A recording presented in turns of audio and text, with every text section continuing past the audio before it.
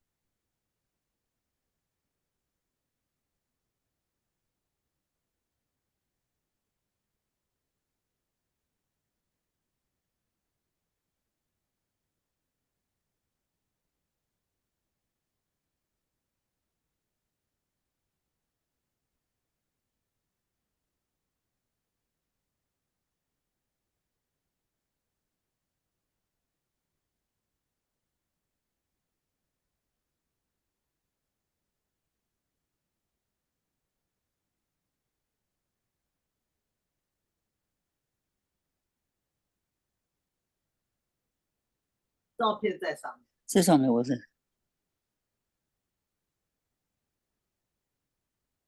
去到 Spencer，他的名字在上面。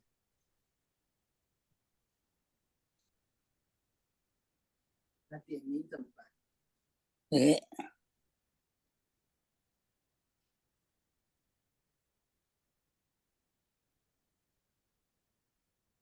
那么你不要点来点去，一点又 off，就又进不去了。那么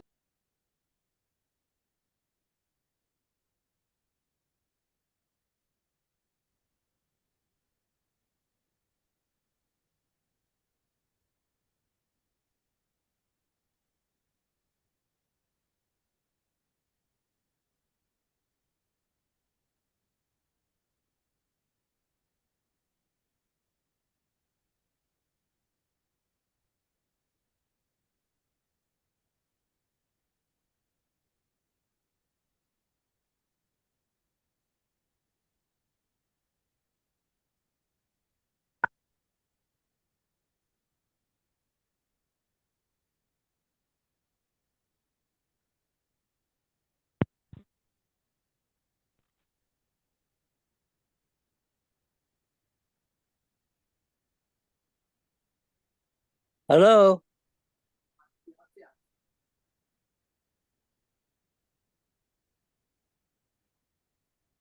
anybody hear me? Edma. Yes, Ed, we hear you, but there's no connection to the room. They're working on it. Oh, okay. Thank you, Spence. Thank you, Shino. I muted one. I We're muted working one. on. I hear you. Yeah, keep going. Keep going. Okay. Sorry. Oh, I'm not sure what's happening. Where's it coming out? Somebody sent him a message, they sent him a message to mute himself.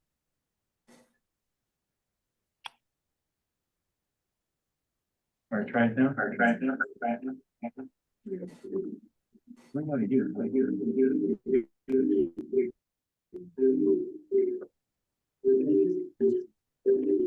Hey, Brenna. Thank you. We have audio. Oh my God. I know. try now. Okay, I just called Patricia and I saw she chatted in that she is present. Michael Levine? He's here. Okay, great. Okay, thank you. Janet Lipp? Benjamin Listman? Here. Ed Ma is here. Here, yes. Thank you, Ed. Matthew Metzger? I believe that's also. On Zoom. On Zoom. Thank you, Matt. Erica Olson. Here. Brian Pape is absent with notification. Donna Raftery. Here. Lois Rakoff. Here. Bo Riccobono. I believe is online. Yes. Yes, he is. Yeah, hi, I'm here. Thanks, Bo. All right. Rocio Sands is absent with notification. Shirley Secunda. Here. Thank you. Eddie Siegel. Here. Frederica Siegel. Here. Emma Smith here. Dr. Shirley Smith. I believe is on Zoom. Present. Thank you, Dr. On Zoom. Schultz Spence. On Zoom. Here. Thank you, Schultz. Susan Wittenberg. Anthony Wong. And Eugene Yu is. No, we got you. We got you. Yeah. Right, we do have one. Do you have Okay. a number, please? Okay, 36 present, 30 counted to 4. okay. We have 36 Thank you. present. Great, thank you. Okay, so that's been done. Okay, next is we will start our public session, which will be run by our first vice chair, Valerie De La Rosa. I know, it I sounds, have hands up from Katie and from Mr. Ma. I'm not sure. I don't know, I have an owl here. Yeah, you That's- guys missed the whole beginning of the alphabet on roll call on Zoom. There was no audio. So we counted Katie, right? Katie is counted. And Yeah. we counted Mr. Ma. Maybe it's easier for you to read out can the just read ones the you've got. We're Thank gonna you. read out the attendance so that you know.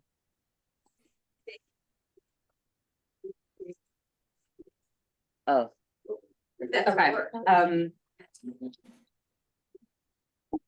Folks online. I have everyone online. I believe, but shall I go from the top? I got Yes. Mara. I got Mara started. Okay. Folks, we're gonna start again, skipping folks that are absent with notification for the speed. Carter Booth, I see you online. Katie Bordenera is also online. Anita Brandt is present. Amy is on the way. Oh, Carter has arrived. That's perfect. Rich Cacapolo. Richard Chatry. Okay. Valerie De La Rosa is present. Yeah. Andy Diaz is present. Chris Digness present. Arturo Fernandez present. Mar present on Zoom. Here, Stella. I'm here. Thank you, Mar. Stella Fitzgerald is present in person. Cormac Flynn is also present in person. Susan Cami is present. Ann Hager is present. Juliet Kay is present. Zachary Kazaz is present. Susan Kent is present. Ryder Kessler is present. Janine Kiley is present. Patricia Valeria is present on Zoom. Yes, present. Thank you. Michael Levine is present. Janet Liff is present. Benjamin Listman is present. Ed Ma is present on Zoom. Thank you. Thank you. Matthew Metzger is present on Zoom. Erica Olson is present. Donna Raftery present in person. Lois Rakoff is also present. Bo Riccobono is present on Zoom. Shirley Secunda is present. Eddie Siegel is present. Frederica Siegel is present. Emma Smith is present. Dr. Shirley Smith is present on Zoom. Schultz Spence is present on Zoom. Susan Wittenberg. Anthony Wong is present. Eugene Yu is present on Zoom. great.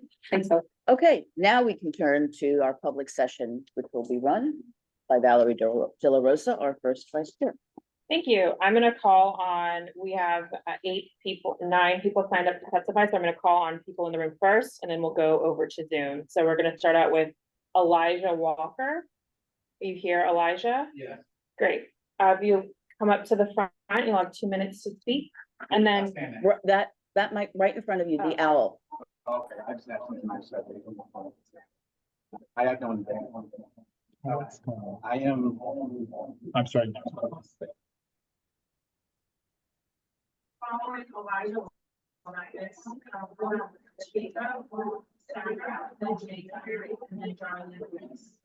Sorry, give me 1 second. Okay, try it now. Is everybody on Zoom? Yes, this was the problem here, not there. Thank you, though. Hello? Yeah.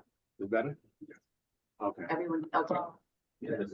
And on Zoom, you're the speaker in the room, but we need. All to right, project. speak up. All Yeah, right, please. got you. All right, what I wanted to say is that I'm here today to talk on behalf of the public and, you know, things that need to be stopped in the world, which is, you know, homelessness that's going on the street. You know, that need to be stopped. Pandemic that we still in, that need to be stopped. Also, I support immigration.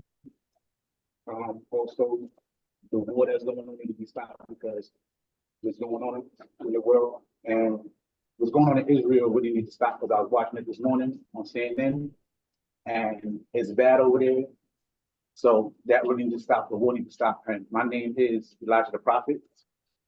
Also, there should be, but I want to also mention that, you know, there's no more abortions, things that I like to mention that they put the clinics and stuff up. They also taking them down. So also stop the war. You know, my main focus is to stop the war so the rallies and stuff to stop and the people will go on and live their lives like they should. And yes, I am Elijah the Prophet in the Bible, is what I wanted to say. So these things need to stop. So it goes out to whatever council or okay, so okay, all right. So whatever council or political party or government, you know, this message is for them. The war needs to stop in Israel, China, and Russia. I am Elijah the Prophet. Yes, I am talking about in the Bible. Thank you. Enjoy your day. Thank you. Okay, next we have, Jacob.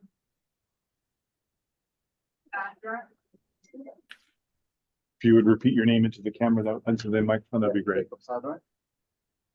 Jacob, about 2 minutes to speak. Yeah. All right, ready? You take just a step back so the camera can see it too. Right. Thanks. Sorry about that. Dear members of the board, my name is Jacob Sadrak and I live and work in South. I'm worried about the abuse of the public space in our city. Increasingly, we see legal enforcement of rules meant to protect the enjoyment of public spaces by all. As a particular example of many, consider the fashion leader famous schools. The rules states these are to be used on an honor system. Yet, unlicensed coaches commander the space for their own business. There has been no response for parks authorities despite repeating calls and even a New York Post article recently last week. I fear the city will lose an important part of its fabric if we don't take actions to get public spaces on the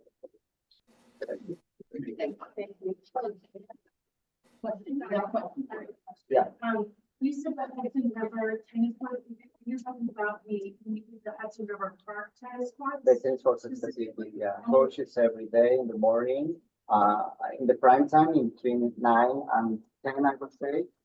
So, like regular person, they cannot use because they are coaching, waiting for the court. So, yeah. Like stopping the line, like. Exactly, like there are 6 benches, and then you always end up my friends and I run, and we are 6, and then in front is the coaches waiting for the client to arrive. And sometimes they pay some people just for like a selling time, reserve the bench, and then when they arrive, they just exchange people. So yeah, it's been very. And then, is there something posted that says that you can't? Absolutely. No professionalism, no more than 6 balls. The other day, yesterday, it was incredible. Like, even no shame. The guy took like a full of balls, like a river of balls. And the police come in, passing by, like tolerance, okay, but then, yeah, we cannot accept anymore. And then I just started like 2 days after the pandemic, 2 years ago. But then people that been playing there for 30 years, 20 years, they say it's been forever. over here, but we can handle it. And people are really like dumb, like this is great for so much. Yeah, this is good last week, but very great. Thank you.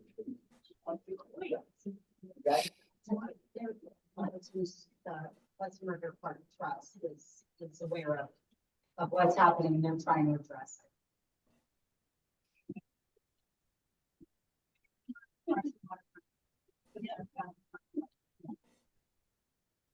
Next, Jane Fair, and then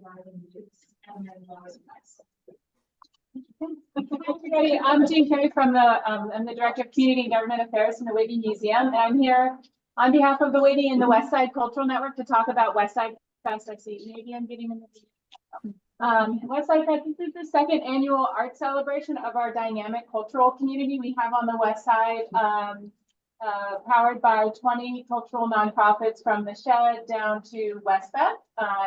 We're offering a weekend of free admission, special art making activities, crafts. There's a sound bath that I'm really excited about on Friday night. It's all being moved. We had our first one last year in September and saw over 50,000 New Yorkers come out to a participating organization. We're really excited by the response we got from our neighbors, and we hope that you all can come and join us and spread the word. We're moving it 3 days because we got too much art on the West Side, and we want to spread it out a little bit and not be stepping on each other with our program. So we're moving it to July 2, and we hope that years to come, it will always be the second weekend in July. So I have this big poster, which I'll leave in the back, along with some postcards. Our website is westsidefest.nyc that has the full schedule of events. And we hope you can help us spread the word with your neighbors and come out and enjoy what we have to offer. That's it. Thanks. Either that or Jane can repeat the question. I can repeat it for you. Jane, I was wondering if you could tell us about events going on tomorrow and next day. Oh gosh, what's happening tomorrow? Whitney Friday night is tomorrow, and then the Whitney Museum event is tomorrow. Okay, so Carmen asked us about events at the Whitney tomorrow, and we just have so much going on right now, which is why I gave you that response, and I've been laser focused especially on this event. But all month long in June, we have various Pride celebrations. I actually think the street closures were to support events that happened last week, so that might be incorrectly listed on the agenda. We did a street closure permit for our queer teen night. We do that every year. This was the third year that we closed the street because of weather. It all happened inside. And we had a street closure permit with the meatpacking bid help to support us in late May. When David Forrest came and took over the museum to kick off Pride. I think it was May 31st at the museum with the culminating performance outside. But we likely will be working with the bid again to request a street closure permit on July 20th to support our Whitney Hopper ride, our Happy Day, to celebrate our Edward Hopper and do cycling. So yeah, good. Okay. All right, thanks. Any questions? All right, thank you all.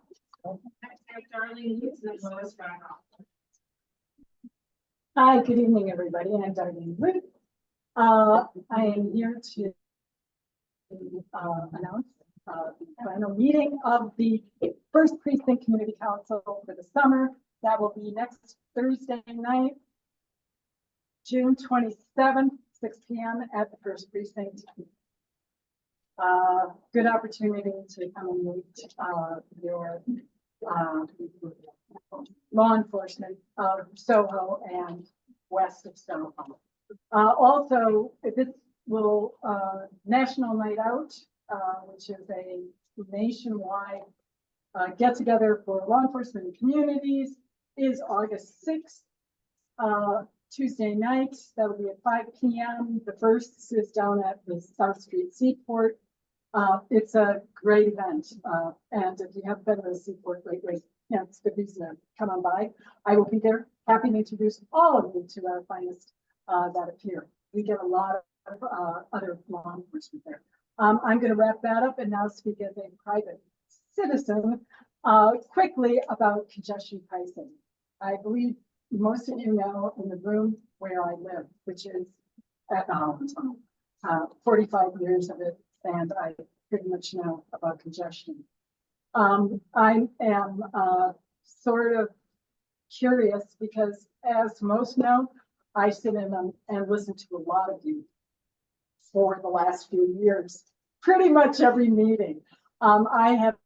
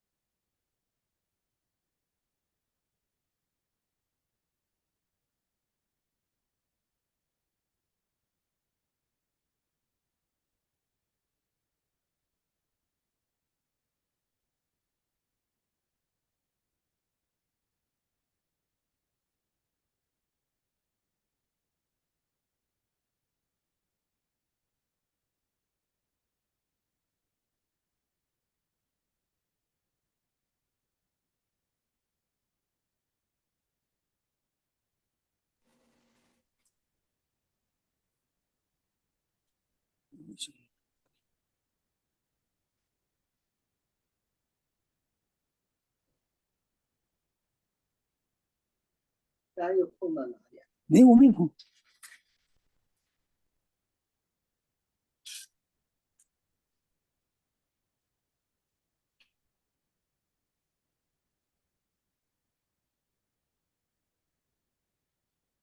有人在讲话吗？没有，没有人讲话。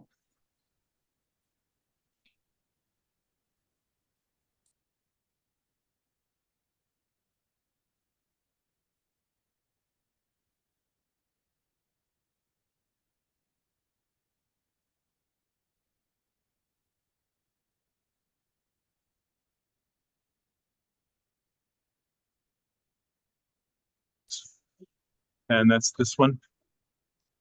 Let's give it a try. twice.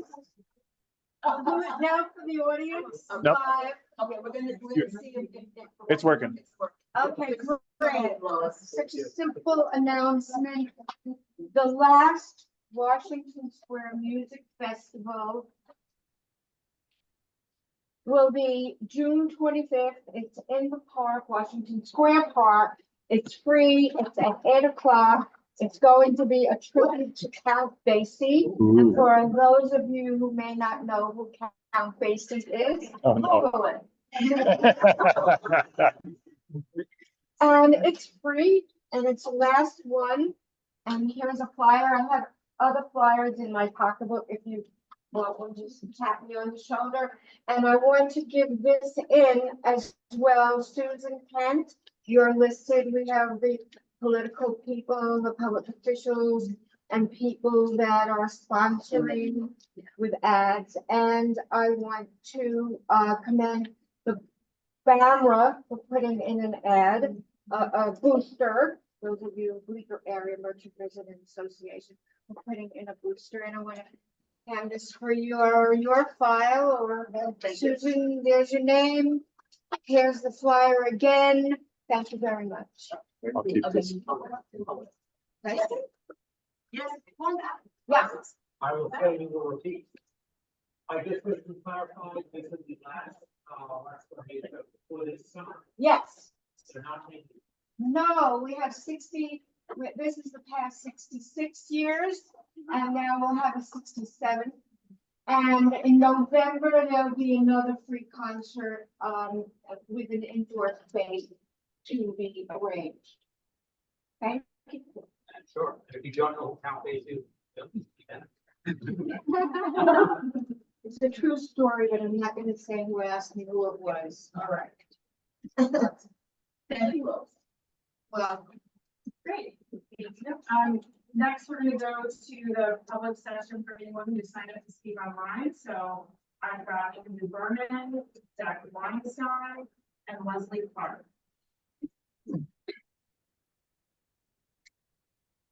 We'll have 2 minutes.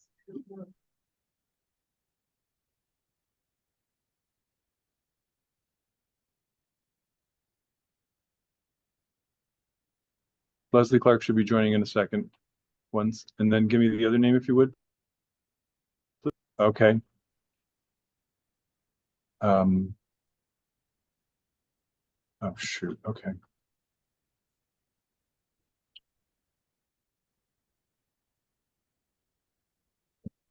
Hello, this is Leslie Clark. Can you hear me? Loud and clear. Yes. Hallelujah. Thank you very much. I'd like to speak tonight about the Outdoor Dining Working Group, which has done an excellent job on handling the applications for sidewalk and roadway. I went to the DOT public hearing today on one of those applications for a roadway cafe on 242 West 10th Street. I live on this street. This is a very narrow street. This street has got the police precinct, a bus lane. It's also near a fire station, and it's also has a bike lane. I was very distressed to hear during the hearing and not before that this restaurant had applied for a waiver from the emergency travel lane. The emergency travel lane, given the design of this restaurant, would have been reduced to just 9 feet.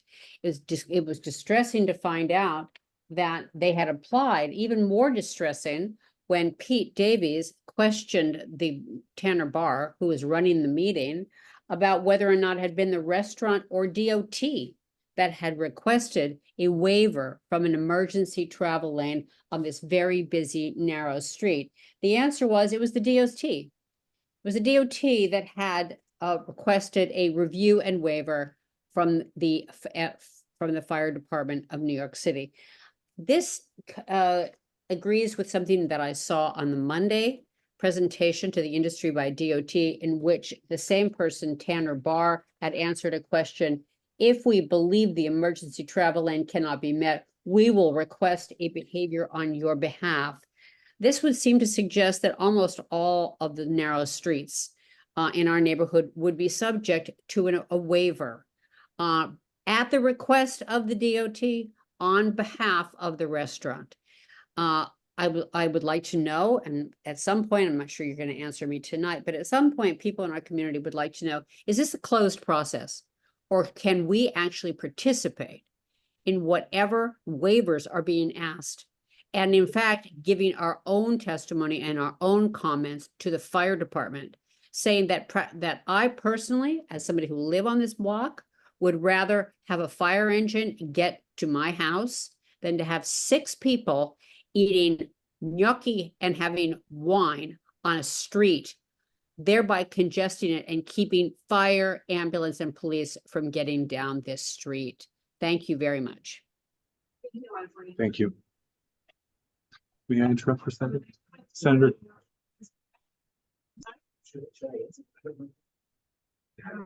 I can actually say something. I just want to point out that the West and West Roadway Cafe has already, our comments have been submitted to DOT. So what the hearing that must be referred into DOT public hearing that automatically happens for every room. So that's not the one. not sure of the chronology of things, but did your committee's report reflect her concerns? Yes, we pointed out that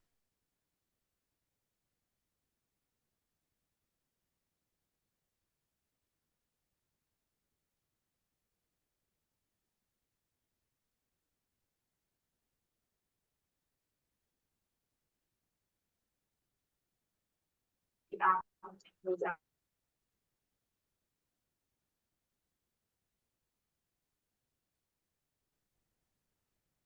these kind of situations.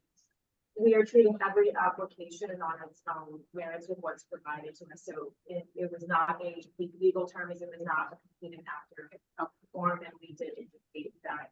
And it has been now flagged. It was flagged in the DOT public hearing that is something that is conveyed to what Leslie's comments. Are there any other questions or from board members? I do want to have the two calls. Senator Kavanaugh is online, so I would like to. Is he? Oh, there he is. Okay. Hi there. Hi. Are you ready? You ready for me? Yes. We are. Great. It's a little hard to hear some of the sound in the room, but thank you for the opportunity to speak with you tonight. Since you last met and since I was last here, the legislative session has wrapped up. It was, I would say, we got a lot of good things done. Got a lot of good things done this year, though the end was a bit chaotic and a bit of a mixed bag in terms of doing some very good things, but also leaving a few things on the table that I hope we'll get back to. So earlier in the session, we did the big items related to housing, right? We did those as part of the budget negotiations that wrapped up around April 20th. Toward the end of the session, there were some really notable environmental issues that were before us. We've been, since 2019, when we passed the Climate Leadership and Community Protection Act, trying to put in place the things necessary to implement that, to put regulations in place, to fund the tremendous transition that we need to get through. And we had a few significant pieces of legislation on that front that passed both houses of the legislature.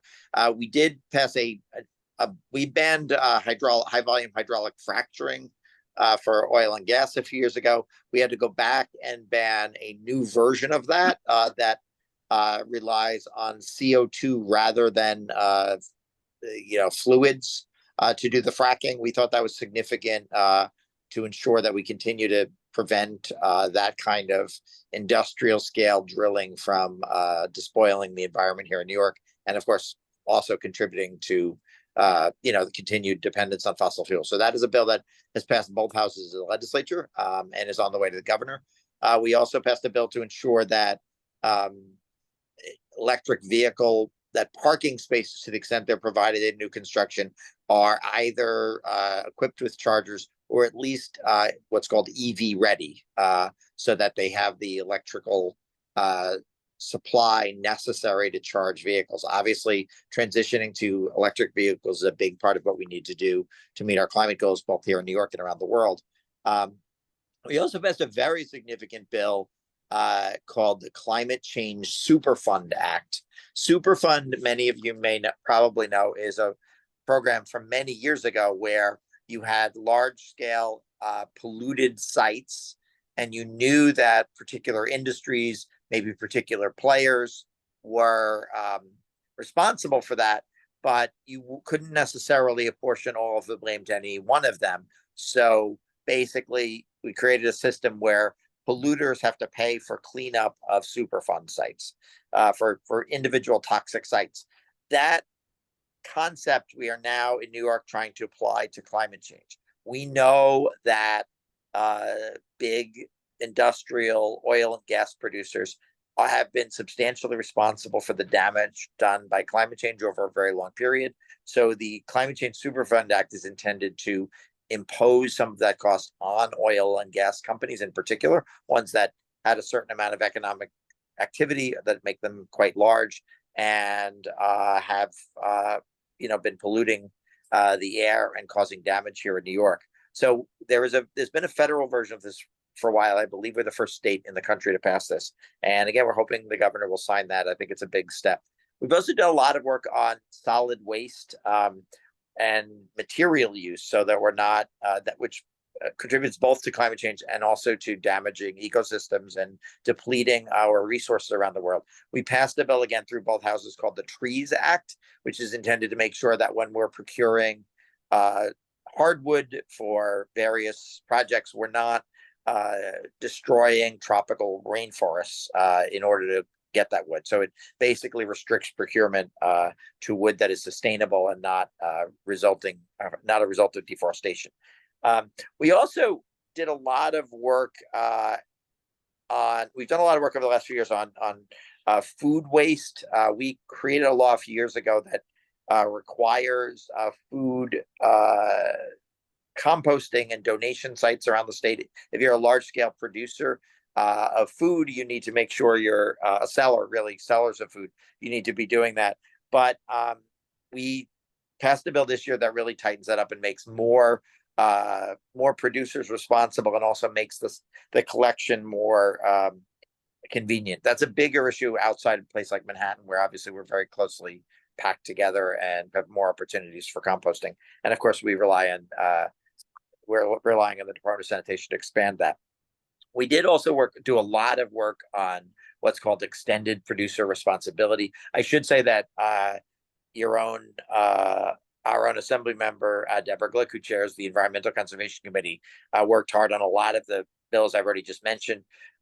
We also did work very closely on trying to make sure that packaging is the subject of what's called extended producer responsibility, meaning if you're producing packaging, you need to have a process for taking it back, recycling it, and also the bill would have included diminishing the amount of packaging that is used. It would like long-term targets to do that.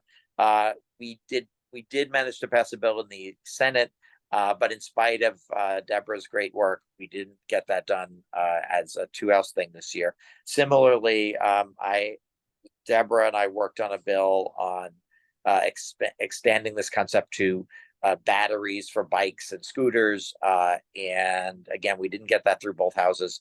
And similarly, again, with mattresses, which are a great target for this kind of treatment. A lot of mattresses are thrown out.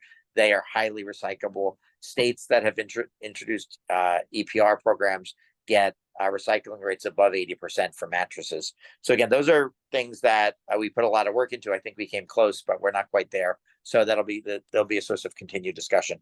And I think I'll stop there because I know you have a busy meeting tonight, and I think I've probably exceeded my 5-minute allotment. So I'm happy to take questions if people have any.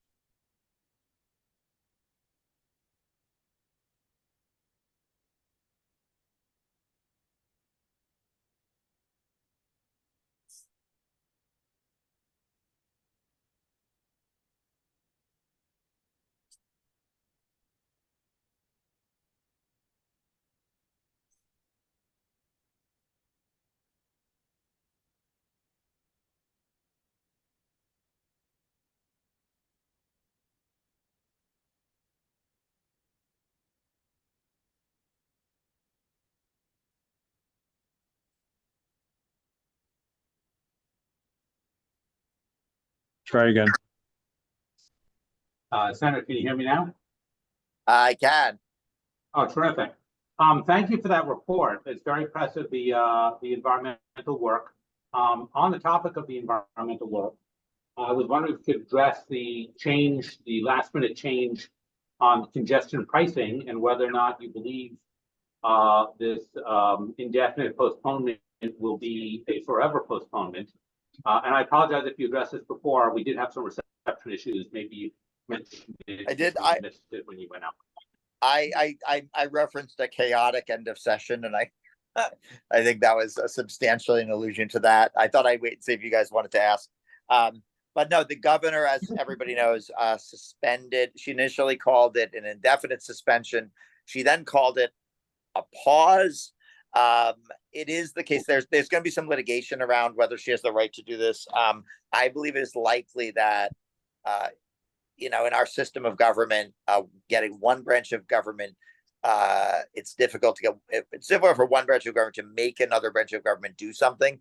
I've been a supporter of congestion pricing for about 20 years now. I, like many people, could quibble with the manner in which it was going to be implemented. I think there should be more consideration for people who might have trouble paying, make it more affordable and such. But the governor decided to suspend it. The MTA has to make a decision about that next week. I don't want to predict where this goes. I found it surprising, to say the least, that She made that announcement 2 days before the end of the legislative session. The legislature took no action to ratify that decision or to address, to provide alternatives to address not just the revenue that will be lost, but the congestion and all the environmental benefits that we're intending to get from that. But you know, we had a lot of conversations about this. I have not spoken with the governor personally about it, but I do think that she's been given opportunities to say, what does this mean for the long term, and declined to do that. So I don't know if this isn't something she's made a decision on, or or where it's going to go. And I know the community boards, all of the community, my entire district is within the zone, and I know various community boards in Manhattan have been talking about this and perhaps coming up with kind of a joint position on it, and I think that would be welcome. Questions are only coming in. Any other questions? Thank you, Senator. No more questions. All right, thank you very much. Have a great night. Next we have Andrew Berman. Zach Weinstein is on. Hi, I can barely hear the room. Did you call me? And if so, can you hear me? Okay, I can't hear anything from you folks, but I'm just going to assume that the sound is working. I wanted to provide an update on the West Village 5G towers. As folks know, these towers have been subject to a Section 106 review to evaluate whether they will have adverse impacts on the neighboring historic districts.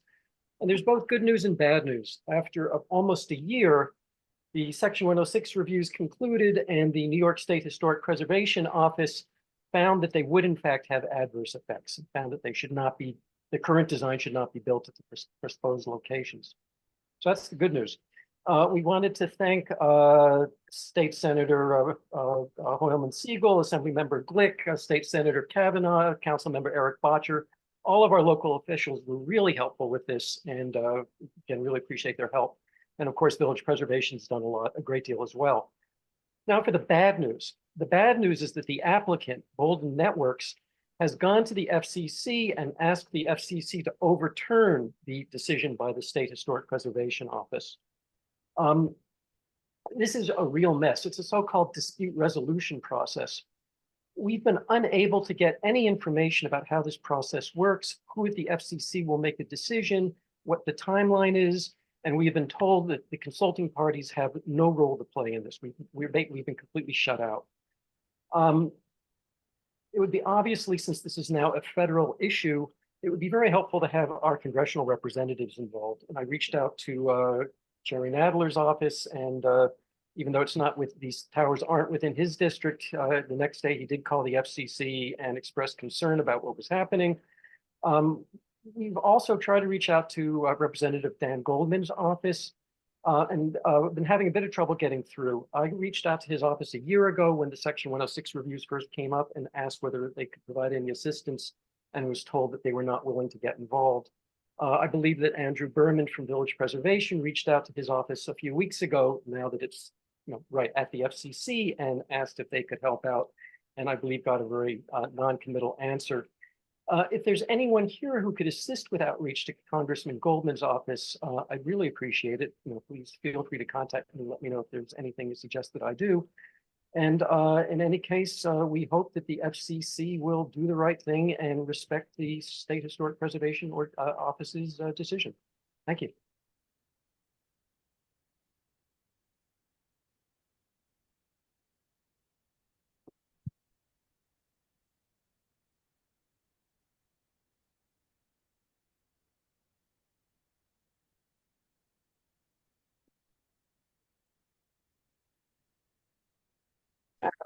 Try it again.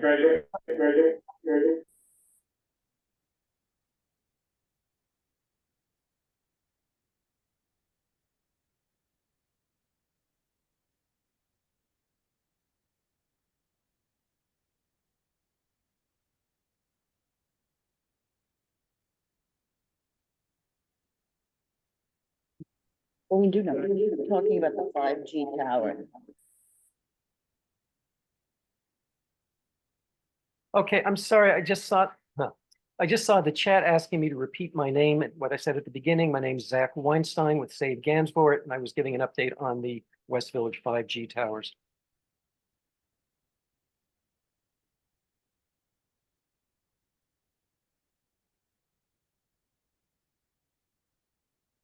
That again?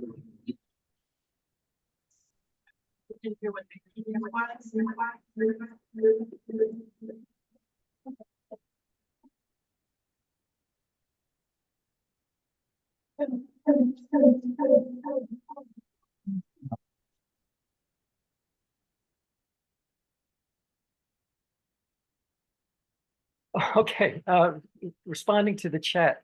The good news, okay, there was good news and bad news on the 5G towers in the West Village. The good news is that they were subject to a Section 106 review to determine if they would have adverse effects on the neighboring historic districts. And after almost a year, with a great deal of input from consulting parties such as ourselves and Village Preservation, the New York State Historic Preservation Office found, in fact, that all 4 towers would have adverse impacts on the adjacent historic districts. And I also, I wanted to thank all of our elected officials for the help that they gave us. State Senator Hoyland Siegel, Assemblymember Glick, State Senator Kavanaugh, and Councilmember Eric Botcher. The bad news, and I think you heard the bad news. It's usually the bad news that travels fast, so I'm not going to repeat that unless somebody in the chat asks me to.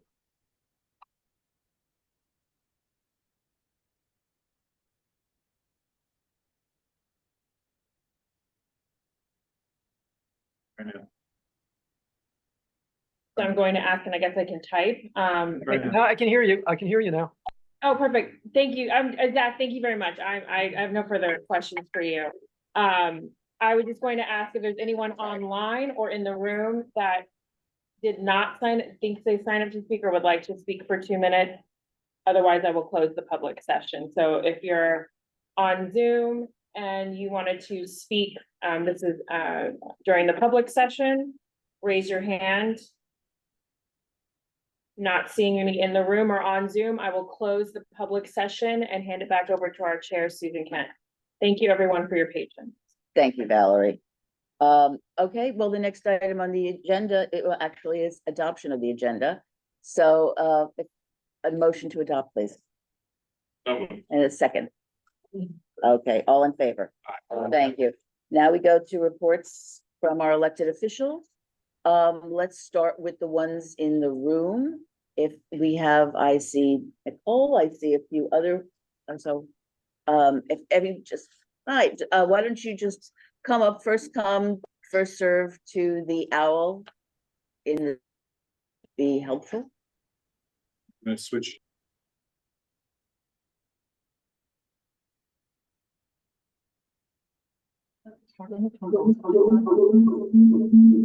Sorry, give me a second. Okay, should be okay now.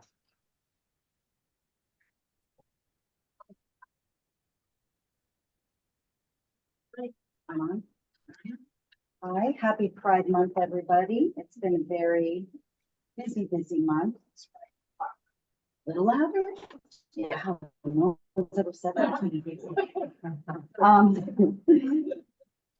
Happy Pride, everybody. Thank you so much. It's been very busy in our office this month. The Councilmember Botcher has introduced legislation having to do with scaffolding, which is a very big subject in our area. On Tuesday, the Committee on Housing and Buildings will be hearing a package of legislation to help address this issue. It is happening at 10 a.m. on Tuesday. The Intro 661, this is legislation establishing a time limit of 6 months after scaffolding is erected for property owners to apply for work permits. Property owners who exceed this time limit will be subject to fines. Intro 660, new lighting requirements. Although there are current lighting requirements, they're outdated and haven't kept pace with the advancements in lighting technology. Not only can outdoor LED bulbs reduce energy costs by up to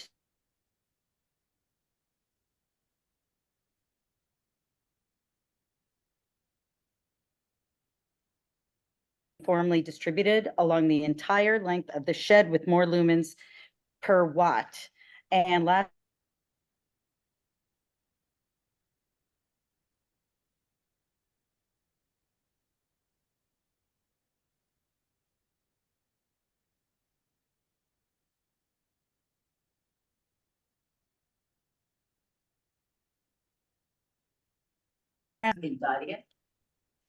sorry, Mark. Okay.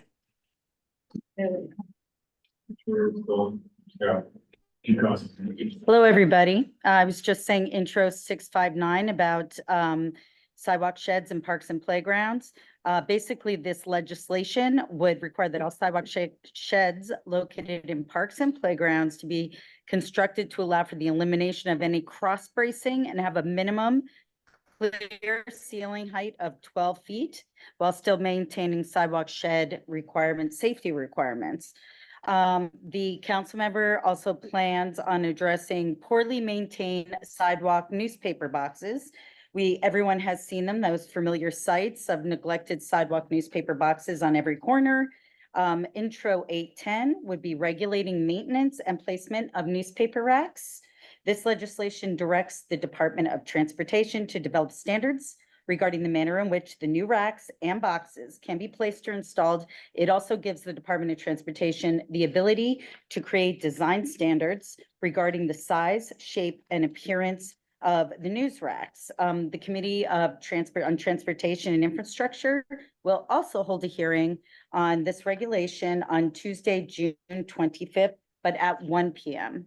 I would just like to remind a couple of our ongoing programs. Every Tuesday, we have the housing clinic. And the fourth Tuesday of every month, we have the rent freeze clinic with the Mayor's Public Engagement Unit. Oh my goodness, sorry, everybody, unit.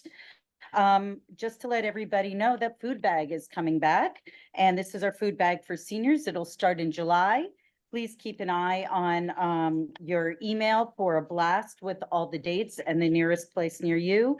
And I just want to remind everybody that we have been having these amazing policy perspective conversations hosted by Councilmember Botcher with different people like Chancellor Banks of the DOE, Commissioner Kevin Kim of Small Business Services, and also we had one with Ken Zimmerman, who's the CEO of Fountain House, and that was on mental health and the clubhouse model. If you missed it, you can see it again on Facebook. So just tune into Eric's Facebook page. And I believe that's all I have today. Thank you.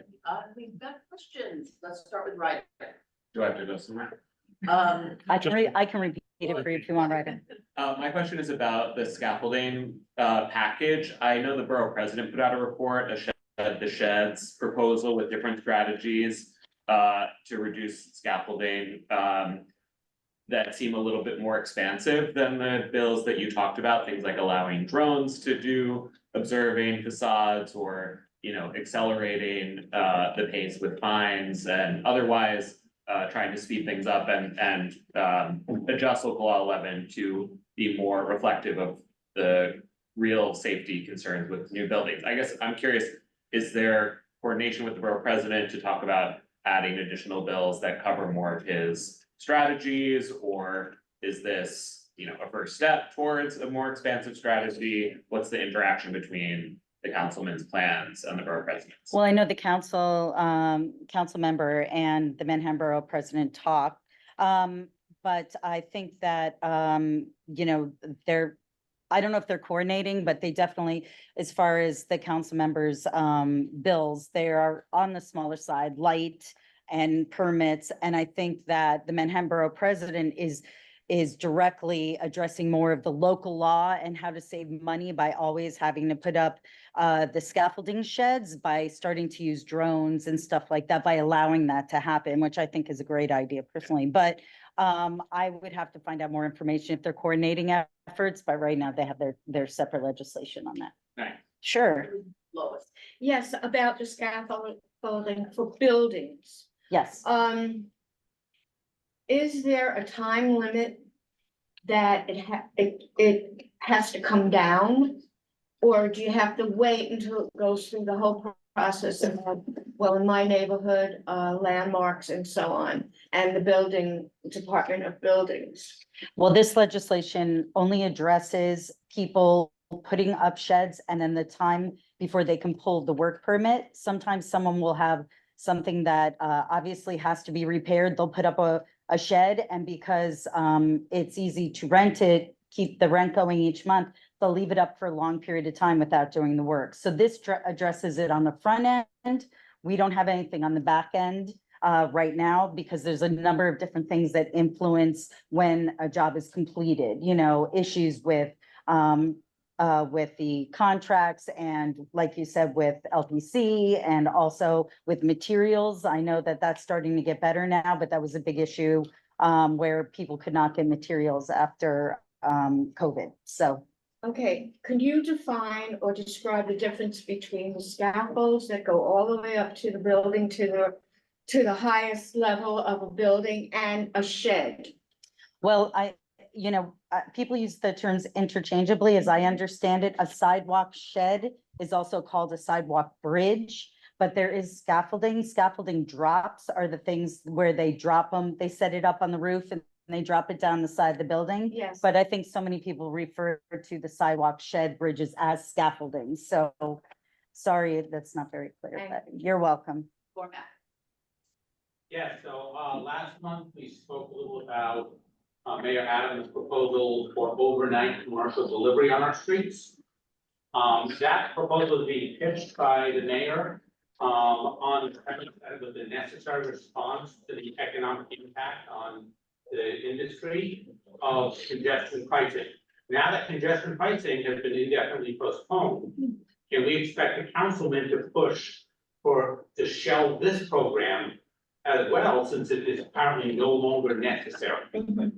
I don't know. I would have to check into that. That's not something, I have to see if that's us or state who have been working on that. I know what Mayor Adams is, and his administration say it was a necessary response to mitigate the economic impact of congestion pricing.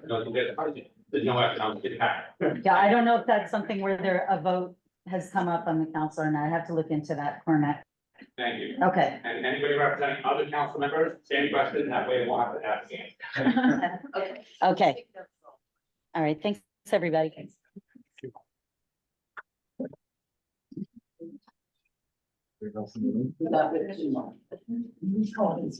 Hi. Get in frame here. Okay. Hi, everyone. My name's Connor from Councilmember Marte's office. Happy summer. So I'll just cover a couple things. Legislatively, as we spoke about, there is this package of scaffolding. Our bill is meant to address or allow DOB to inspect scaffolding every 6 months, just to ensure that work is ongoing and that there's no stalls in the actual facade inspections and necessary repairs, so that sheds can come down as quickly as possible. I mean, I think that there are like a host of issues around local law 11 and many different facets that can be streamlined or made more effective.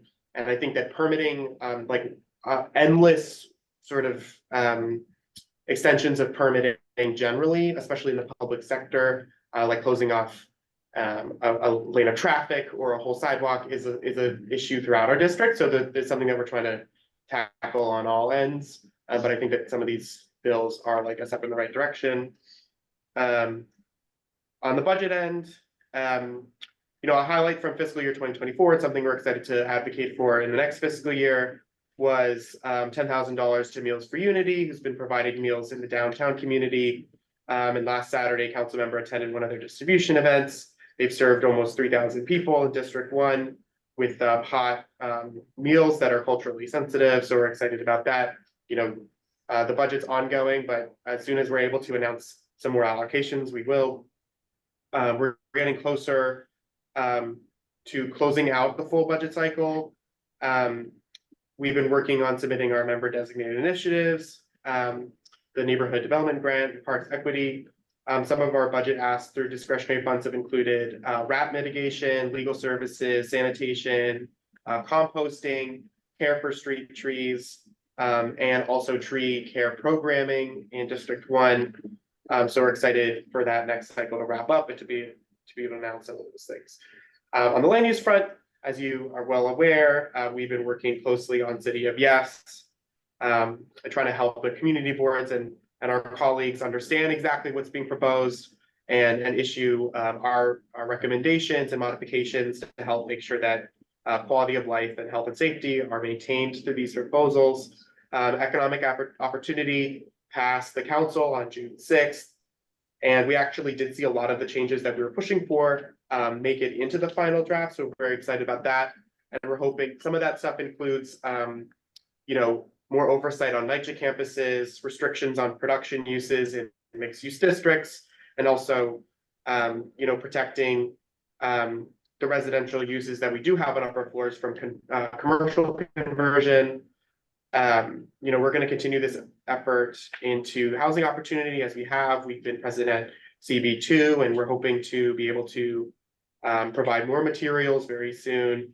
We've been meeting with DCP and Council Land Use about some of our initial thoughts and proposed modifications. We have a few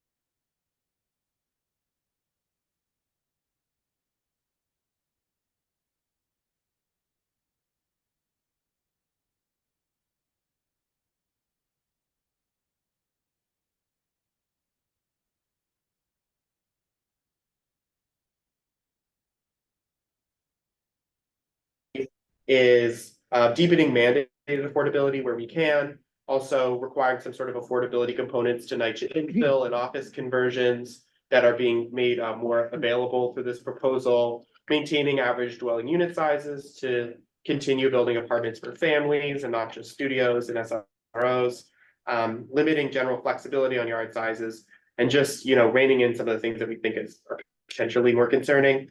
And finally, on this note, Councilmember Marte will be hosting a virtual info session on City of Yes on July 1st to cover some of the victories in economic opportunity and some things we look to advocate for in housing opportunity. It'll be on July 1st at 6:30 over Zoom.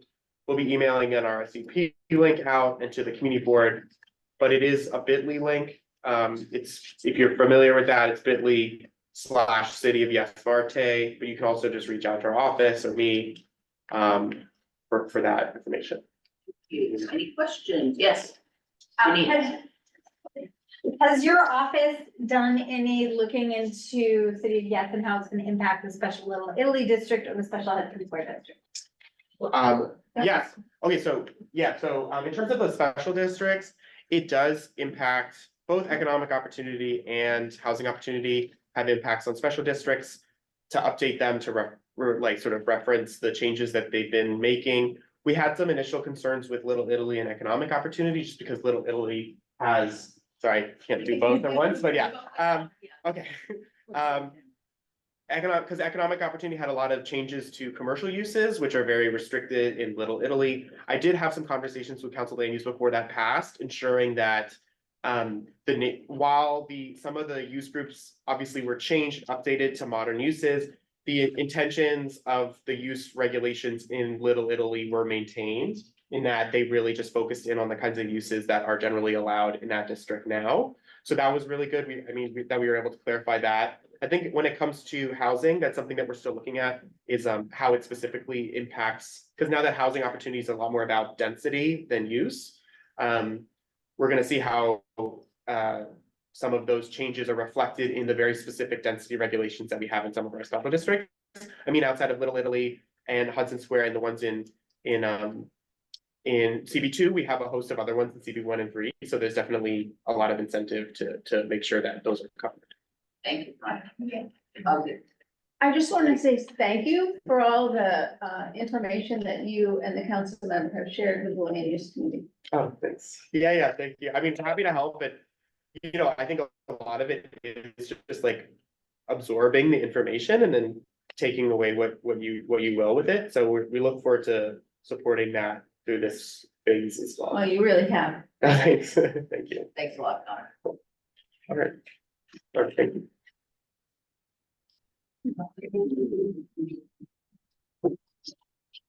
Hi, I'm Caroline Wexelbaum. Good, Not louder. louder. All right, I will also come closer. Hi, I'm Caroline Wexelbaum. I'm from State Senator Brad Hoylman Siegel's office. Happy Pride, everyone. As always, we have our board report in the back, and I'm sure Mark will circulate it online as part of the news blast later on. As Senator Kavanaugh mentioned, we did just finish up session this month. Senator Hoylman Siegel passed 84 bills in the Senate this year. So I just wanted to highlight a few of them. So just today, the governor signed his bill that requires social media companies to disclose their hate speech moderation policies, which was in response to counter the rise of anti-Semitic, racist, and LGBTQ hatred online. We also passed the HIV Testing Modernization Act, which makes HIV testing part of routine care and aligns with New York with 48 other states. Nebraska is the only outlier now. So that was huge. We also passed legislation that will add family court judges, ensure that young people who have aged out of foster care continue receiving social services, will require private insurance to pay for neuropsych tests to diagnose dyslexia. We passed legislation to protect fashion models, to prevent abuse by modeling agencies. And one of my personal favorites is that telemarketers will now have to disclose who they are within 30 seconds of a call starting. So not all of these have been signed by the governor yet, but we are hopeful. And the last one, which is we also protected horseshoe crabs, which are these 475 million-year-old species that were being threatened. They reside in various New York waters. So we were glad to do that. Just a couple more notes, congestion pricing. Pretty sure everybody heard what happened. The governor announced, well, we know already, but I just wanted to note Senator Hoylman Siegel's position that we strongly support congestion pricing. He voted on it in 2019. I personally have been in the office for 6+ years, and I don't think we've ever received so many calls on a single day about a single issue. I think that it was in excess of 600 calls, which for us is substantial, and the majority of them were from constituents. So thank you to everyone, because they really did make a difference for us. And we want to continue engaging, so please feel free to email us. And I guess I will stop there if there are any questions. Oh, there's a court. I just want to commend the senator on the forever chemicals bill. This is something that doesn't get a very high profile in the city, but it's one of the most important pieces of legislation passed this year. It's an overlooked agenda that is critical to public health. Thank you. I absolutely agree with you. You're referring to the PFAS bill. Yeah. Unfortunately, it didn't pass the assembly, but it did pass the Senate. I absolutely agree with you. And we hope to see it move again next year. Yes. You might have a good question, but just curious from the senator's office, like what now about congestion pricing? Like we got a lot of calls, but what are we moving towards? Like are there any possibilities for alternative revenue? Right, is he planning on joining a lawsuit to get the government support to do it? What's the Great question. The question was, what's next on congestion pricing? The short answer is I don't know exactly. I think that we're in the same position as a lot of people, that we hear the news when everyone else does. But I can say that Senator Hoylman Siegel is a strong supporter of congestion pricing. And like I said, he voted on it 2019. I would say the vast majority, if not all of the calls that we have received from our constituents are strongly in support, and we really pay attention to those. He did not support alternative measures to fund the MTA at the end of session. Which means we are relying on congestion pricing, and we're not funding any alternative measures to fund those capital projects at this moment. Awesome. Thank you. Have a good night. We have no more reps in the room, so I will go. Oh, I'm sorry. Andy.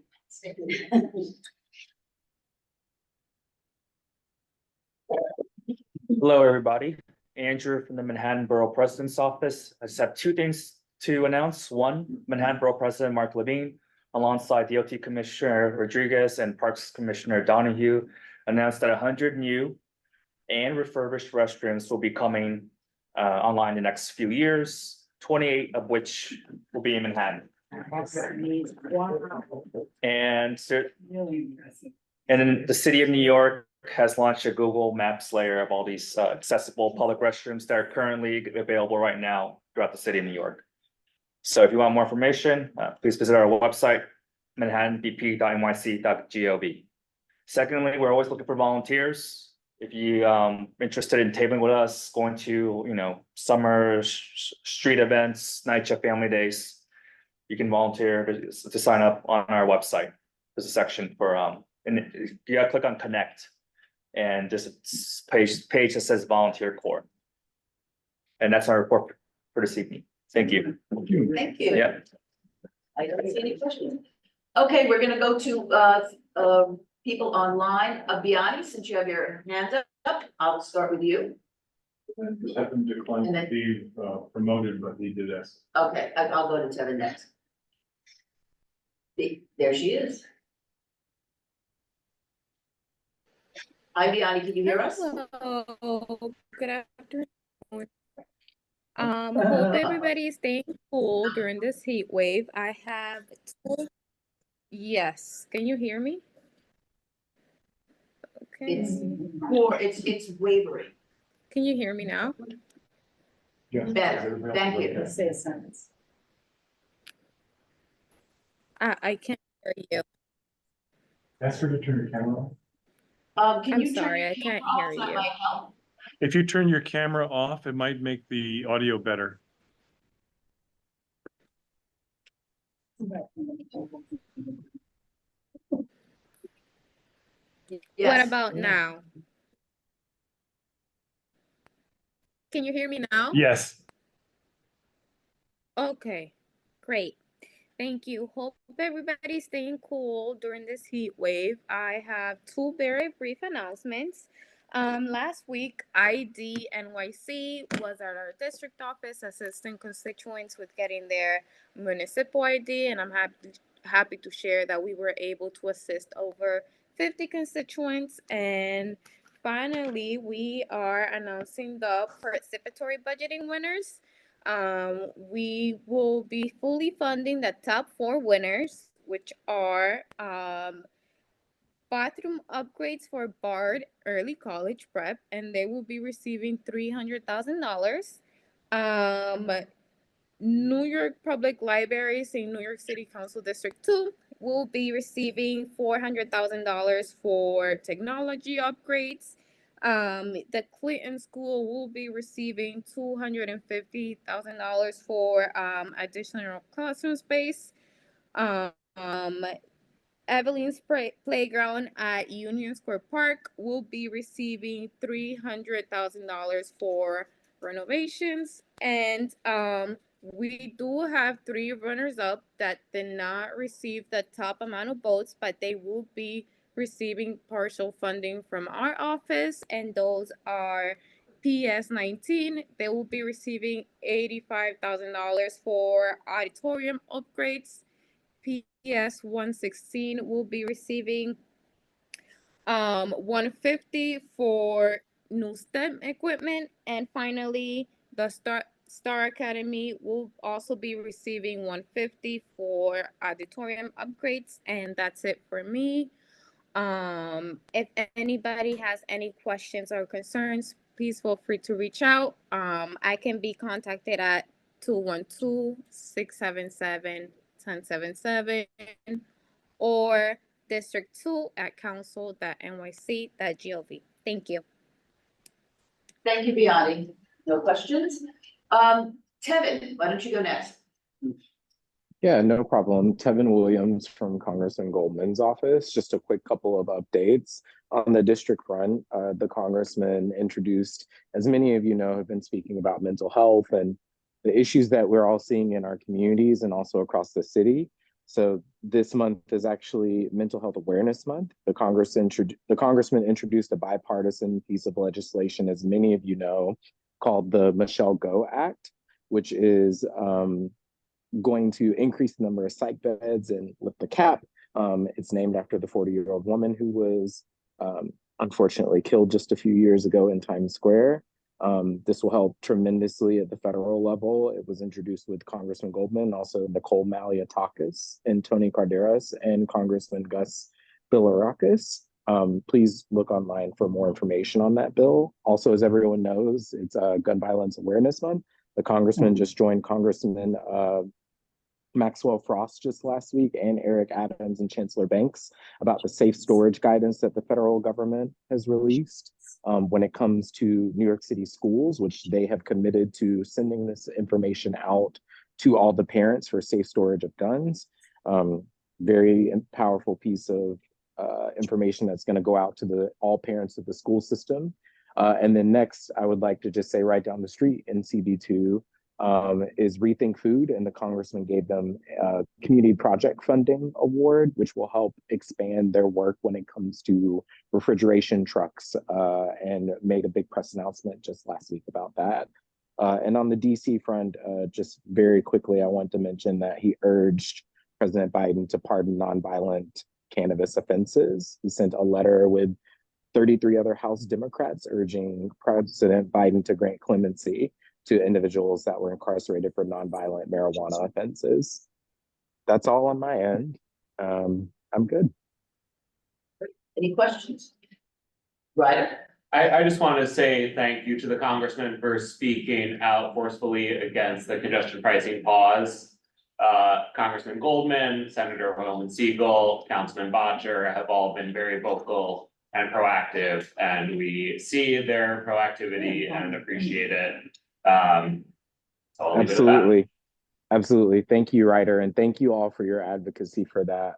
We really appreciate the kind words. I think to echo what some of my colleagues just said very quickly, Chair Kent, is just we get a weekly report of all the calls that we get in our office, and that has been the #1 issue for the past 2 weeks. So we're receiving almost 100 calls every week about that. In a congressional district of almost 800,000 people, that's a lot. So thank you so much. Thank you. 2,000 volts. Cormac has a So, question. you know. Of course he does. Hello. Hello. I know I'm talking a lot today. I just have a lot of questions. So going back like a year or two, or a few more than that, I remember being appalled when people would answer Black Lives Matter with All Lives Matter, or when Donald Trump suggested that there were good people on both sides in Charlottesville. And so as a lifelong liberal Democrat, I was shocked and appalled to hear essentially the exact same arguments, sometimes even the exact same words, out of the mouths of Democratic congressmen at the hearings about campus anti-Semitism. And I just wanted to say that while I appreciate that the congressman was certainly not one of them and has been vocal about in fighting anti-Semitism, he may need to be more vocal.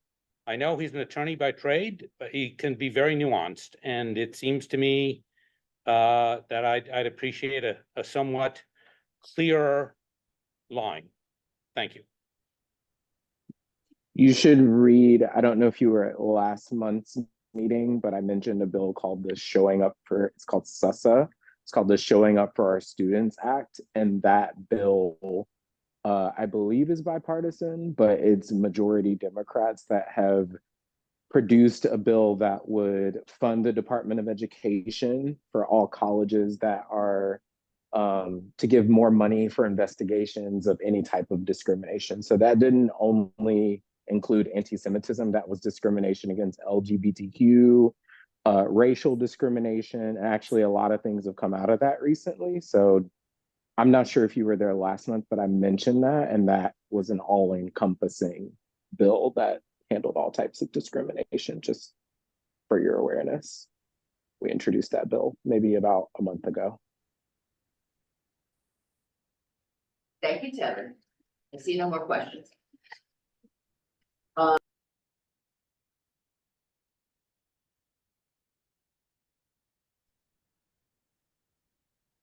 Is.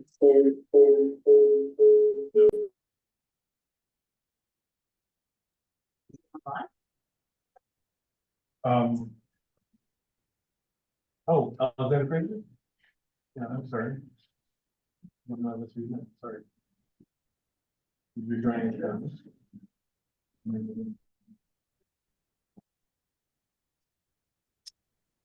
Hi, everyone. Can everyone hear me? Am I sounding okay?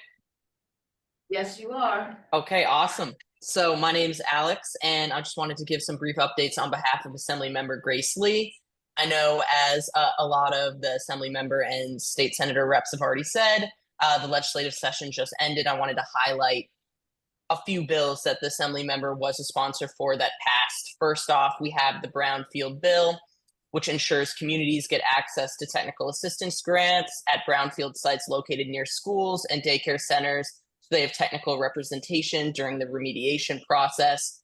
We also passed on the Assembly side the Stop Hiding Hate Act, where Senator Brad Hoylman Siegel was our Senate sponsor, and essentially the idea is that it'll hold social media companies accountable for protecting users from hate and dangerous content on their platforms by making relevant data, terms of service, and policies publicly available.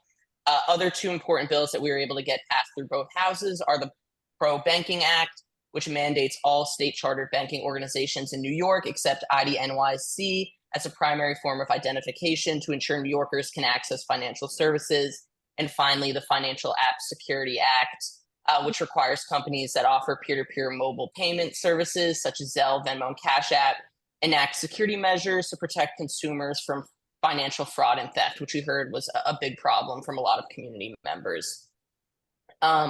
Otherwise, I wanted to highlight an event that we're going to be hosting next Wednesday, June 26th. It's our Lower East Side Puerto Rico event, and we're really excited to host it with District Leader Daisy Paez. If anyone's interested in attending, you can email our scheduler, which I will include in the bio, but also look up our bit.ly/rhythms of LES. It's going to be a free event. There's going to be a ton of food, a free band, and a DJ as well. So it's going to be really cool, and we'd love to see you there. And lastly, I just wanted to highlight some staff changes from our office. We have our new scheduler and constituent liaison, Laura Rosas, who I will include their email as well in the chat, as well as Hayden Ryan, who's our new communications coordinator. So we really look forward to serving you all this summer. And that's it for me. Thanks, Alex. Anybody have questions? Okay, great. Are there any other folks online, any other reps from our electeds online that I don't see who hasn't raised their hands? Now's your chance to raise your hand so that I can call on you. Otherwise, that's it. Okay, great. Second to change to your mic. Okay.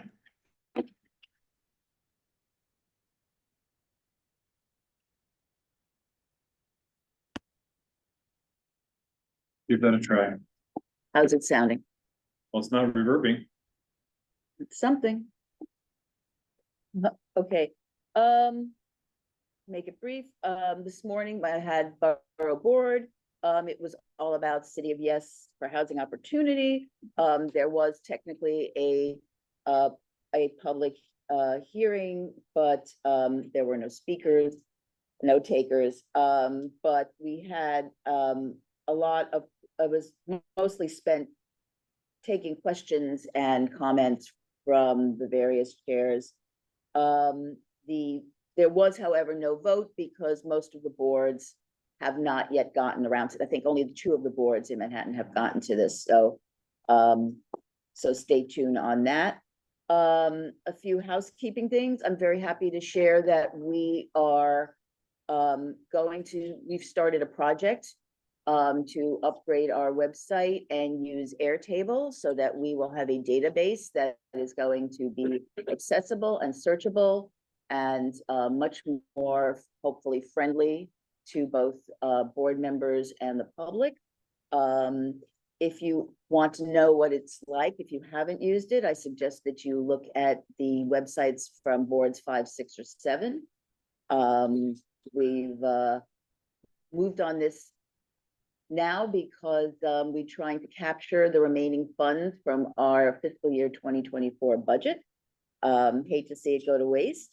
And, you know, if to the extent anyone has real expertise in this and can offer some advice, we always like to hear what we can do better. Cormac Flynn is going to be our new rep to the Washington Square Park Conservancy.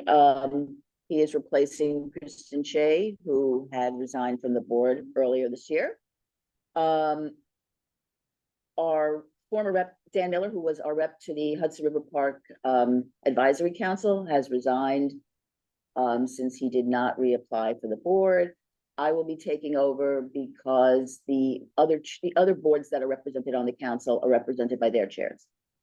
So, and last, I want to introduce everybody to our new member who was not here, unfortunately, last month, but is here with us now, Juliet Kay. Please welcome. So, so sorry that you're experiencing the technical difficulties with all of us, but we persevere. And with that, I will end it and turn it over to Mark for his report.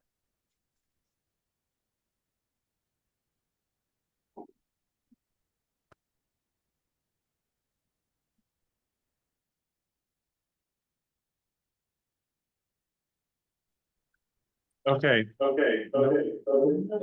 okay.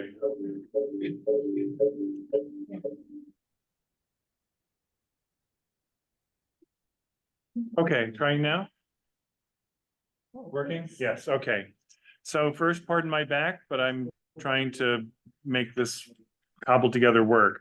The young man who was sitting next to me is Simon from the Mark Moss Company, and we were grateful for their assistance in trying to get this to work. Last time we were in this room, we had handheld mics because the screen and so forth worked. It worked at 3 o'clock, of course, and that's always the kiss of death for me in technology.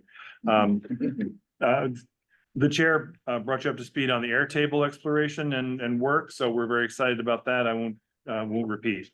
The office is still subject to a controller audit this time about money, not whether or not we have devices and so forth. It does appear to be a little bit redundant of what FMS does for them, but we'll persevere on that too. We're encouraged that the borough president's office thinks that they might finally be able to get us help with a P card, which is sort of like a community board credit card, which would mean that you no longer need to rely on my American Express bill, which is always a risky thing. This morning I attended a briefing online from the Parks Commissioner and others called Vital Parks for All. I'm sure you're all going to be hearing a lot about it. There's a website that I believe is parks.nyc.gov/vital parks for all or something like that. $3.2 billion sought in future budgets with an emphasis on underserved communities and a big focus on equity and making sure that those who live in communities such as the ones that were identified in the Task Force for Racial Inclusion and Equity back during the COVID years, that those would be the first to get allocations for things like trees and green space and so forth. It's very exciting. Chair talked about the funding, so I don't need to go over that. I commend to you the latest, the calendars have been updated. There is a land use meeting on Monday, which gives us in effect 3 meetings that day, 2 committee meetings, Monday, the 24th. NYU has agreed to host us for that meeting, but I have to work out the details of exactly where. And there's also a meeting that night that is a panel discussion about how to deal with the sooner than you think term limits for community board members. There's a sort of an all-star panel that's going to work with the Center for Urban Pedagogy and the group of district managers that refers to itself as the future of community boards. I didn't pick the name. And so it'll be an effort to try to get ready now for what happens in, I guess it's 2024, so it happens in 3 years. That'll be the first wave of term limited board members. Finally, the board office will be open on July 2nd, no, 3rd. That's the day before the holiday, but it will close early. It'll close at 1 p.m. on Friday, the 5th.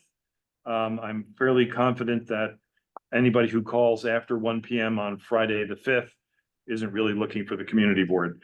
And I think that's all I have for you. Thanks. Question. Yes, sir. Could you repeat, the land use committee will be meeting where? I will get that to you. I've been promised a room by the great folks at NYU. Will it be hybrid? It will be hybrid. Good.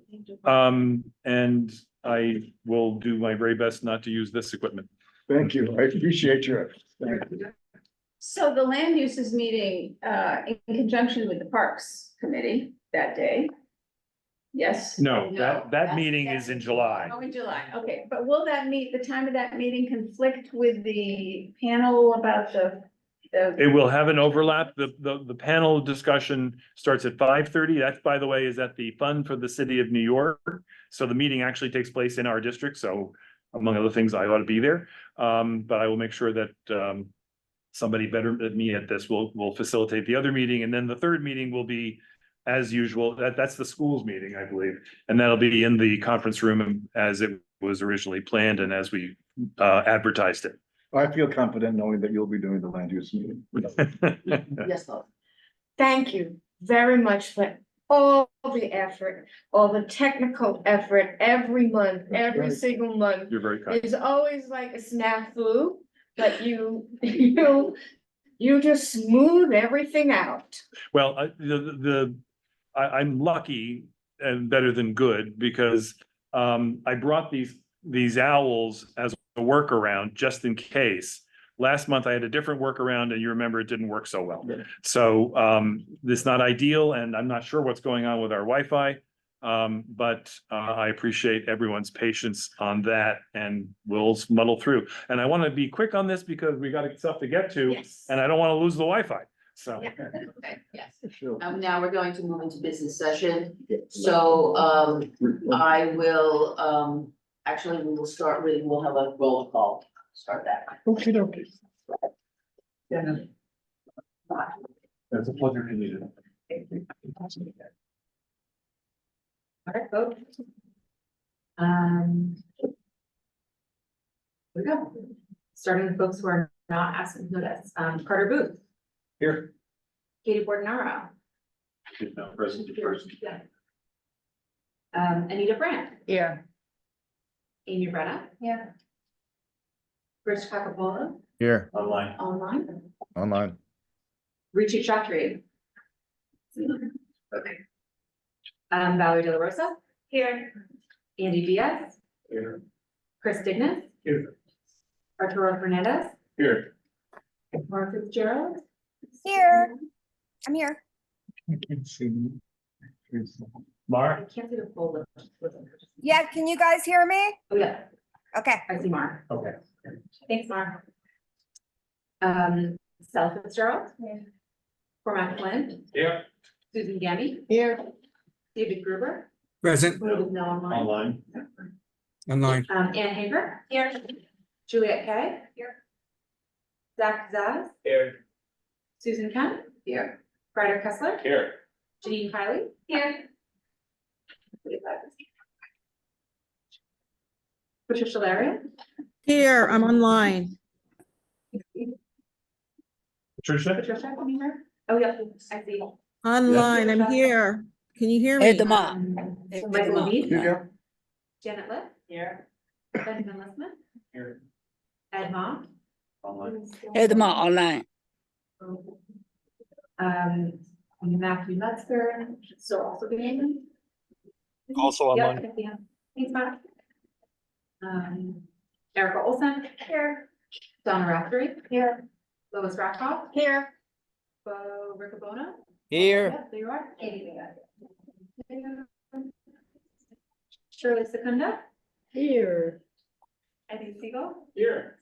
Frederica Siegel. Here. Emma Smith. Here. Dr. Shirley Smith. I see you. Shop fence, also see you. Susan Wittenberg. Anthony Wong. Eugene Yu. Here. Okay, great. I Thanks, didn't Wes. hear, Chanel. Oh, yes, Katie. Oh, yes, we got you. Katie, too. Thank you. Okay, next approval of the main minutes. Does anybody have any corrections or, oh, okay. It says resilience instead of resiliency for the street activities. Okay.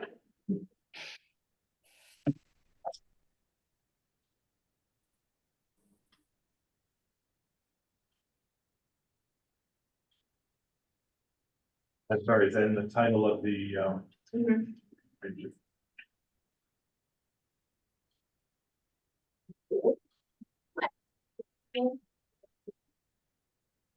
got it. Any other changes or questions about them? If not, I will take a motion to approve. So. So moved. All in favor? Aye. Thank you. Okay, anyone have any questions about the calendar? And we will be doing our best to have the coming months online as well as was requested. Yeah, and August is still a little bit in flux, so we'll put that up as soon as that's resolved. I think that'll be the next day. Yeah, great, thank you. Okay, committee reports, so let's start with landmarks. Janelle, you're on. We had one meeting. The first Hang on one second. the first application was decided by the staff, so we didn't hear it. The second application is I'll still do it. 117 7th Avenue South to approve the color of the doors and windows of the ground floor. Chanel, I'm Painting. sorry, could you start again? Could you start again? We had a little tech problem for a second. Oh, we had one meeting. The first application is being heard by the staff and is not the subject of a public meeting. Number 2, 117 7th Avenue South, to approve the color of the doors and windows of the ground floor remaining dark wood. It was approved. Everything's unanimous. 402 West Broadway, to paint the ground floor retail exterior and steps, install window signs, place blade signs on either side of the corner entrance and a flag above one of the blade signs. Approve the white painted ground floor facade and steps, provided that the paint is a soft off white without reflectivity.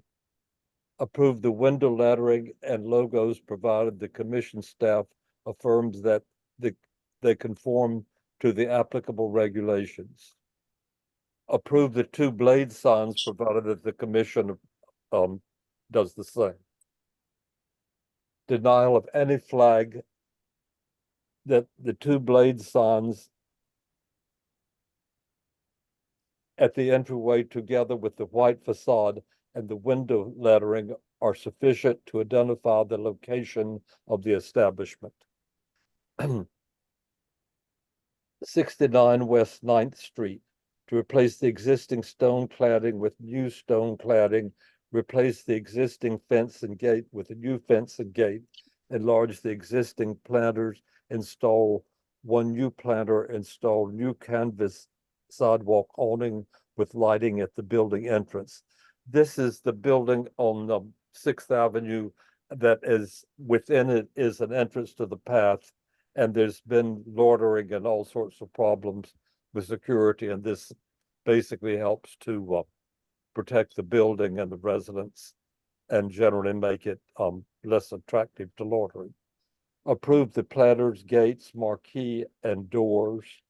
Approve the cladding of the portion of the facade with sheets of model stone, providing that it is installed in a manner that gives the appearance of solid covering without noticeable joints. 61 Charles Street, to repair and restore the front facade, install historical railing and gate at the stoop, install historical lintels and areaway planter, reconfigure areaway steps and construct rear yard 2-story extension and penthouse and install HVAC equipment on the roof.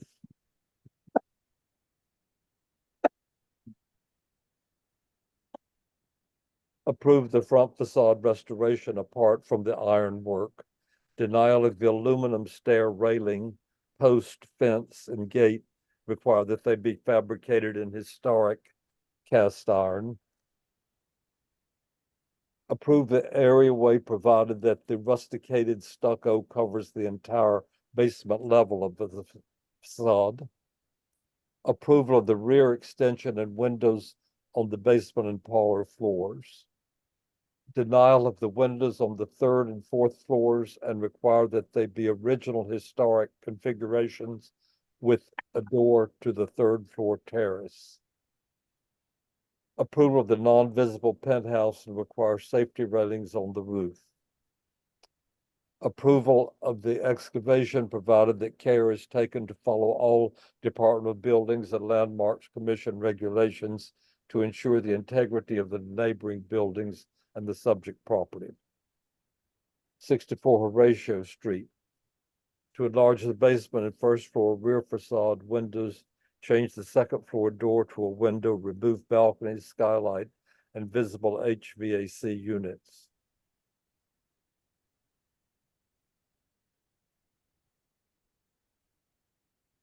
And together with 66 Horatio Street, application to replace windows with wood-clad aluminum sash at front and side facades and basement at the front facade and fence to match.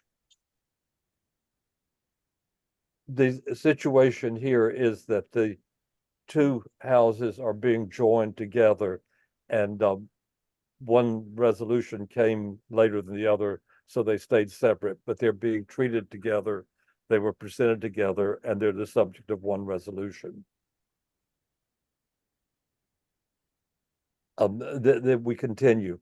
64 reposition side facade windows, lower stucco base and remove doors, reconfigure additional facade openings, reposition rear facade window at floors 2 and 3, enlarge the basement and 1 floor opening, 1st floor openings, and add a stair to the yard and excavate the lower cellar.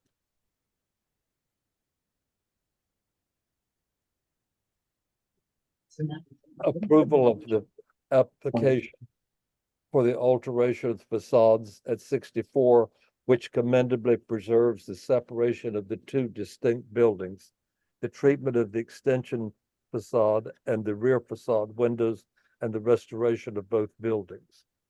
Approval of the excavation provided that care is taken to preserve the integrity of the buildings and to observe the Department of Buildings and Landmark Commission regulations.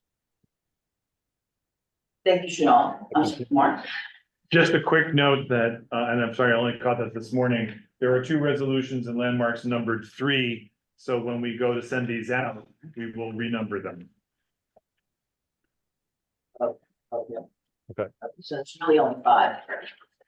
No, there are 7. Well, Yes. no, because one of them was off, you don't vote on because it's at staff level. That's right. 2, 3, 4, 5. Okay, does anyone want to discuss? Well, any of both these? of them are valid. It's just that they're being treated together. This has happened before. Does anyone want to discuss any of these items, or call them out? Otherwise, if there's no objection, we can vote these as a block. Yes. Are you aware of how many apartments this is a loss of, if any? I couldn't hear.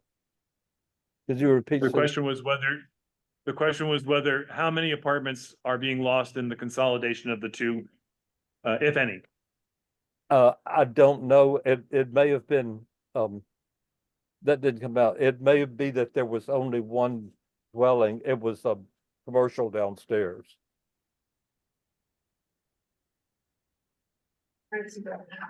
Yes. I don't know which one you're asking about, Frederica, but, and we should go through and look at the transcript from the meeting, but for one of these applications, we did ask, and I did ask at the meeting that it be indicated in the resolution what the number of the loss of apartments was, so. I don't really see. I assume we're talking about 64, 62. Yes, yeah, 6460. So if it's not. It's a total of like $14 million worth of property. Yes. To piggyback off of that, I appreciate that question and especially the implication that as a board, we are skeptical or critical or concerned about unit loss of homes in the district. I wonder, is that something that really is in the remit of the landmarks committee to comment on? Absolutely not. I was just, for my it's just for- information and. We've received Is there- instructions actually from the commission about this. I asked them when this came up some months or a year ago, and their instruction or their position is that they can't consider this in their deliberations. We I just can wanna make mention it, but we are, just a minute, but we cannot consider it in our recommendations because we are recommending in line with what the landmarks. So, yeah, so I guess I was asking. However, rhetorically- we do always mention when we have a resolution that contains this, that it's the case that two buildings are being combined. Right, so I guess I was asking rhetorically in order to introduce the idea that maybe as a board, we can find an appropriate opportunity to raise this concern.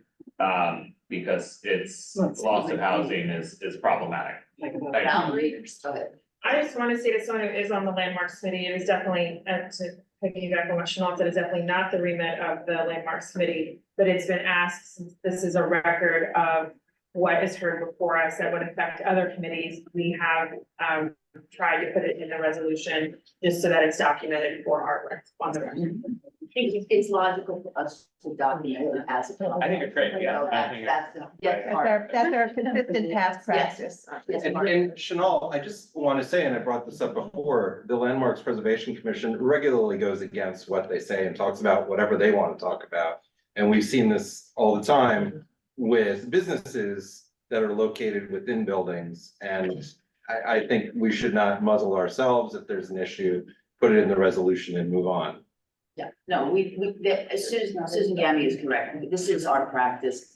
This is how we report it. It's the most. Except in this And one. if you were to go looking for this is where, so we know where to go look for the data, since we're putting it in a consistent place. Not in this one, though. Well, that was the question. Does somebody want to make an amendment to add that? That was, I think, because somebody made a comment about whether or not it should be, there should be a reference to that in here. But that would require, if somebody wants to make that amendment, that's fine. Otherwise, we will move on.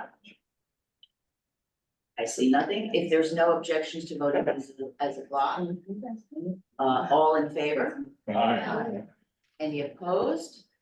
Any abstentions, any recusals? Okay. Next is outdoor dining working group. Oh, I'm sorry. We're going to pause for our friend, Senator Brad. Thank you. Thank you. I'll be brief. Do I go up there? Right here. Right here. Oh, Right my here. gosh. Speak into this thing? Yeah. Very. Just be very careful if it speaks back. Yeah, right. It looks like a R2D2. Good to see everyone. State Senator Brad Hoyleman Siegel represent some of you in Albany, sadly not all of you anymore, but nevertheless. By the way, this is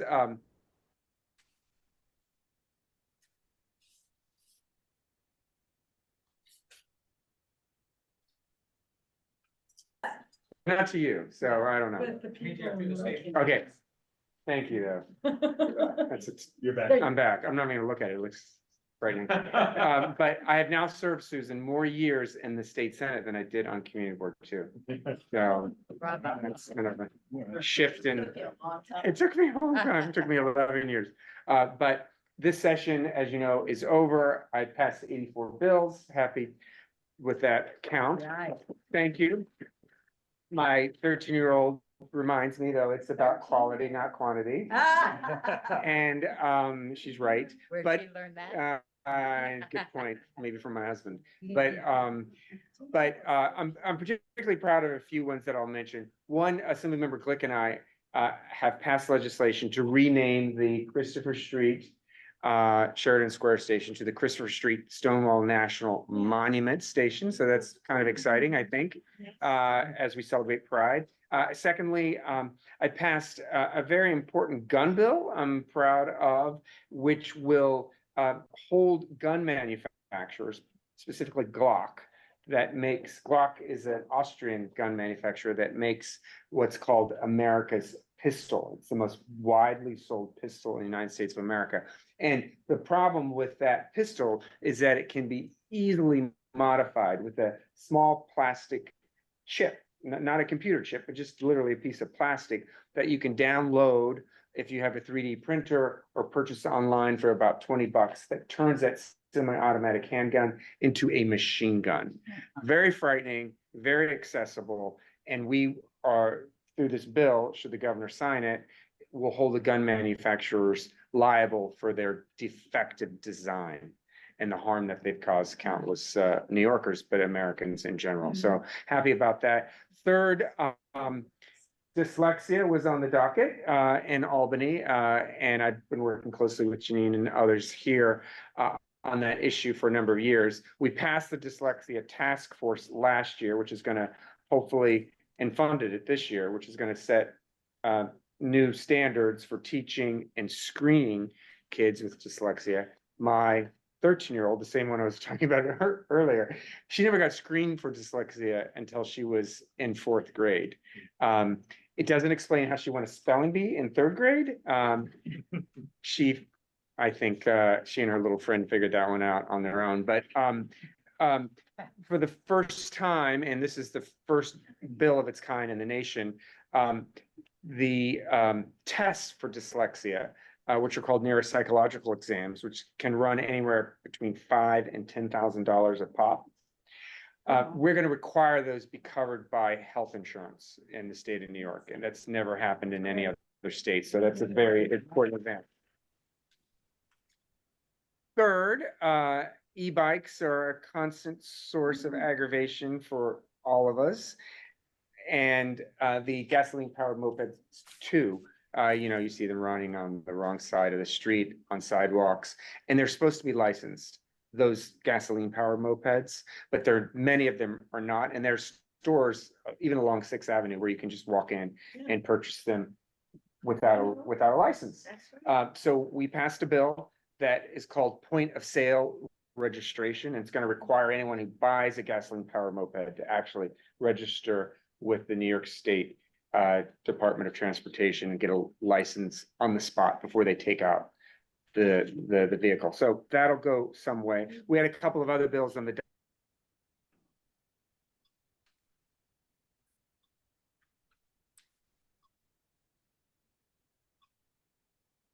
bikes are registered. We didn't get those through this year, but we did get my one bill through. And then finally, I'll mention the HIV Testing Modernization Act, which is important, especially given the venue for today.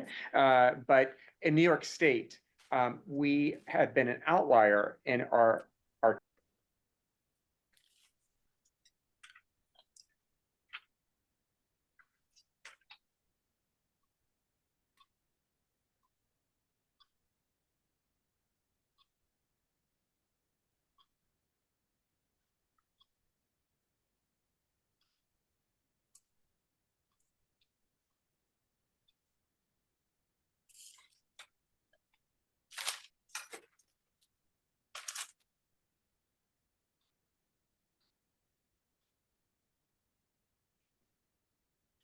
if there's appropriate signage, just like every other test that a doctor may think is necessary for other sexually transmitted infections.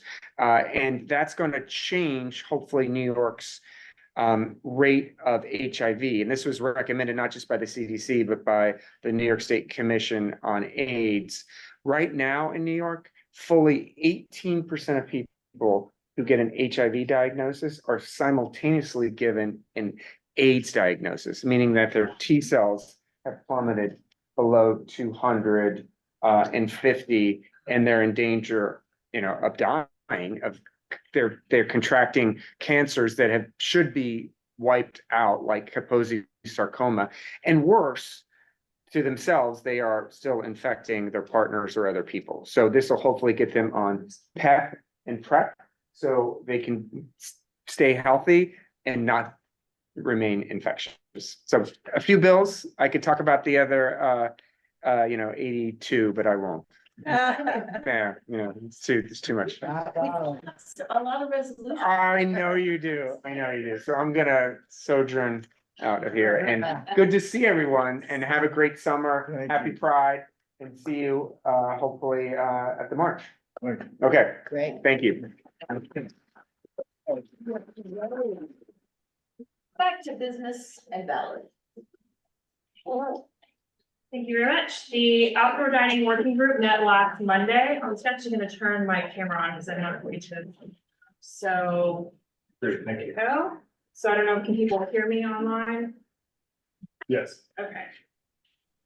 Great. So the outdoor dining working group met last Monday. We continued the discussion of West and West Sidewalk Cafe, which is at 242 West 10th Street. It did not, we laid this one over. We talked about it at the May 22nd meeting. We were really trying to make sure we could find a solution that would allow us to approve it. But however, with the extra time, we learned it did not meet the measurement requirements. So it is a denial. So you can see in the resolution, it does not meet the primary building entrance clearances, which are required by feet, and there are those are on the other side. And then so that is a denial for the sidewalk cafe. And the second resolution is the board operations process for dining out NYC applications. We have found that the 30-day to 40-day comment period and review period is very tight, and with the anticipated onslaught of applications, we are going to have to turn around responses in some cases before a full board meeting. This resolution ensures that CB2 has a voice in applications that fall outside our monthly calendar system that the board operates on, and we would like to ask this, and so we brought this resolution to the executive committee to vote to bring it here to you today. So those are the two resolutions from the outdoor dining board. Any questions? Yes, right. I feel like I'm asking a lot of questions. My big recollection from, sorry. Okay, hopefully I won't go over my allotment. My recollection was that the working group doesn't actually approve or deny, that it's comments, that there's some. Would you like me to clarify? Yes, that. I'm happy to. Thank you for the question. Yeah, I'm sure I'm not the only one who's still No not totally worries. clear about it. No worries. So there is for roadway cafes, there is a 30-day comment period. So there is a form that is filled out that just asks for the comments that are the exact boxes the resolution follows. So there's a box for pedestrian flow. It matches, so it's just a copy paste into that document. So there is no checkbox for the community board to approve, to deny, there is a section for the suggested modification. So there's no, it is in the legislation and in the rules as a comment period for roadway cafes. For sidewalk cafes, there's a 40-day review period. And on that form for sidewalk cafes, there are 3 boxes to check. So approve with modifications, and a denial. Now, just so to then kind of like end the cycle, there is a DOT public hearing for all roadway cafes, regardless of what comes out of the community board. For sidewalk cafes, if there's approved with modifications or a denial, that will trigger a DOT public hearing for sidewalk. That was so clear, and now I get it. How wonderful. So now I have a follow-up question. Yes. Are there modifications that we could recommend so that the denial would be an improvement modifications? What about this application makes it out of bounds for requesting modifications on improvement? So we have requested modifications on here. If you look on page, I don't know what the PDF page is because I have it. It's page 3 of the recommended modifications start at the bottom of page 3 of this report and go on to page 4. So remember, we are advisory. So the way that this works is that when DOT receives an application from an applicant, they receive their deposits, they're checking a checklist to make sure all these documents are in order. That is the DOT intake period. Then it's all of the public comment. So the referral to the community board for either review or comment. Then it goes to a potential DOT public hearing, mandatory if it's roadway, will be called up if it's sidewalk. Then and after all of that has happened, then DOT does the review, taking all of it into consideration. So a denial here is purely based on the black and white that it doesn't meet the measurements that are in the rules. So we have put modifications that are looking for a solution for some sort of compliance, but on this particular one, when you add in the clearances, there's barely room for one table and maybe one chair, and definitely not a service aisle. So, that's. So even if they made all the recommended modifications, it wouldn't meet our standards. It's not, it's just that they haven't been made. So the suggested modification, this is kind of saying to DOT, we're denying it, but here are the suggested modifications, and they will take that in their review period, and they work back and forth with the applicant in the sidewalk cafe feedback form that the community board sends and that DOT sends to us to fill out, that again, is just the copy paste of these bullet points. The applicant then would have to sign on that document as a legal document that they would accept those modifications. So that's kind of, it's not as harsh as it maybe sounds by saying it's not. So you're saying there's a path to correcting it? Otherwise, you wouldn't have put any suggested modifications. I guess I don't understand why that's not an acceptable modifications.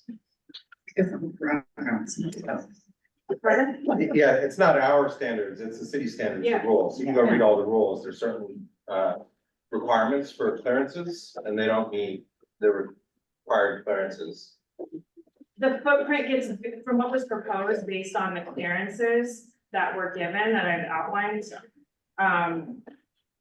It does not leave very, I mean, we're not trying to make sort of qualitative, it's just, that's what it is. So that is the entire reason why we laid this application over. If anyone was at the May 22nd meeting on this, is we were trying to find a solution. I really went into the month that this meeting on the 10th thinking we were going to approve it with modifications, but then new information came to light at that meeting. Cormac and Carter. Yeah, so just so that I, make sure that I understand this correctly, the the issue with it, this isn't like community in the SLA, right? Where we have a lot of, a pine or something like this. This is a little bit more like street permits. There are rules, and what you're doing is looking at and saying, does it comply with the rules? And if it doesn't comply with the rules, instead of just saying, doesn't comply with the rules, get out of here. What you're saying is it doesn't, but maybe if these modifications were made, it could, to try to help them along their way, Right. right? Carter, did you want to add something? I just wanted to thank Valerie, Stella, and Brian for going out and measuring the site 3 different times. Yes. And with multiple tape measures to actually determine the space that was left after all the clearances were put in. And that's, I don't think we'll be able to do that with all of them, but that's the length that they went to try to figure out if this could work, since the applicant had omitted a number of the required clearances.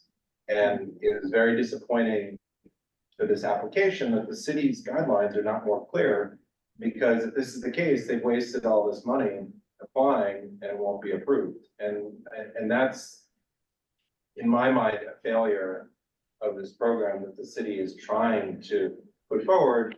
And it also highlights the city council change that they don't require a licensed architect to make these plans in the first place. And so a lot of these plans have a lot of defects that are readily, aware to any professional in the field, but not to a lot of the operators because this is their first time doing this work. So I hope that there's improvement from DOT in communicating this information to the applicants. And I would also add on, thank you for that. I would also add on that regardless if it's approved with modification or denial, it still triggers that extra DOT sidewalk public hearing, so. Any other questions? Or either? Seeing none, if there's no objection, we can vote on both of those together. All in favor? Aye. Opposed? Abstentions and recusal? Okay, thank you. Parks and Waterfront. Okay. Can you hear me okay? This is Rich. Yes, Rich. Great. Well, the most honorable Parks and Waterfront Committee of CB2 met this month and had 3 topics of discussion. The middle one, the second one, was one on which we wrote a resolution.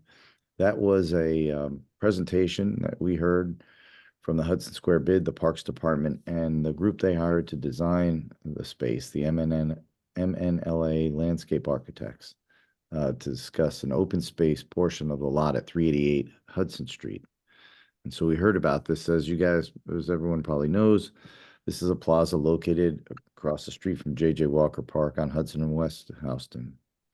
And the idea here is that the southern section of that lot would be used for a passive open space that would be accessible to the public. And everyone remembers, I'm sure too, well, maybe you don't all because you don't live it as often as our committee, but one of this is the third water tunnel site in the space in our community that is going to be converted into a public space. And these all require access by the continuous access by the Department of Environmental Protection so that they can do maintenance of the underlying water infrastructure. So we heard the presentation and there were quite a few whereas clauses. I'm going to read the therefore be it resolves. There are 22 whereas clauses. I'm going to reference number 19 if you have it in front of you. But we go through the whereas clauses and then we wrote this in support of the design that was presented. And so we say, therefore be it resolved that Manhattan Community Board 2 supports the goals of the project, agrees with the guiding principles conveyed in, and approves and appreciates design choices proposed. And 2, relies on the Parks Department to ensure that the installation of this project produces a result that corresponds closely to the plans that were presented. And 3, asks that the Hudson Square bid returns to the Parks Committee to discuss what types of activations and uses will be encouraged. And 4, expects that the bid will maintain the park in perpetuity to ensure high quality care of the space. And 5, asks that the Parks Department reach out to HPD so that the 2 agencies can collaborate in putting the 10-foot no drill zone to the most productive use possible. And that is a 10-foot setback from the park border to the adjacent building, which DEP requires to be a no drill zone, but that the committee thought could be used in some way for this passive open space. So that was it. It was a long meeting, but that was the resolution. Any discussion or questions? Yes, Katie.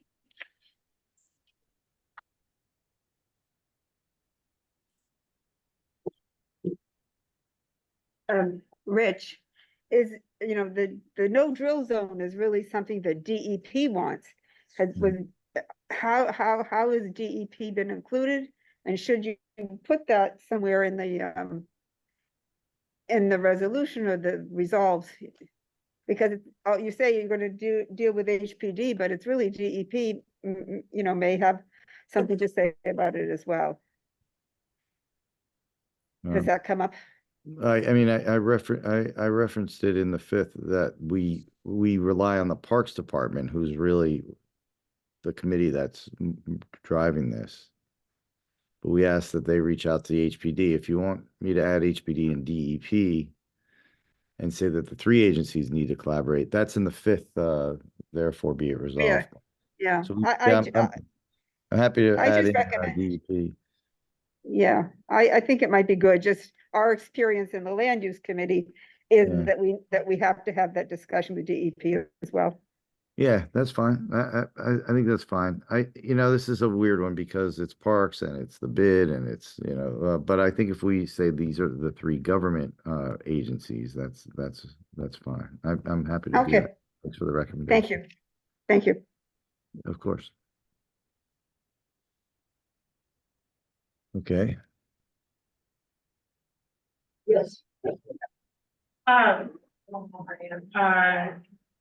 would say, it might be, I know that we're calling it the open space at 388 Hudson, and that's what we've been referring to this to, but the bid is calling this Hudson Houston Plaza. So it might be, good for the record moving forward, if we also include that,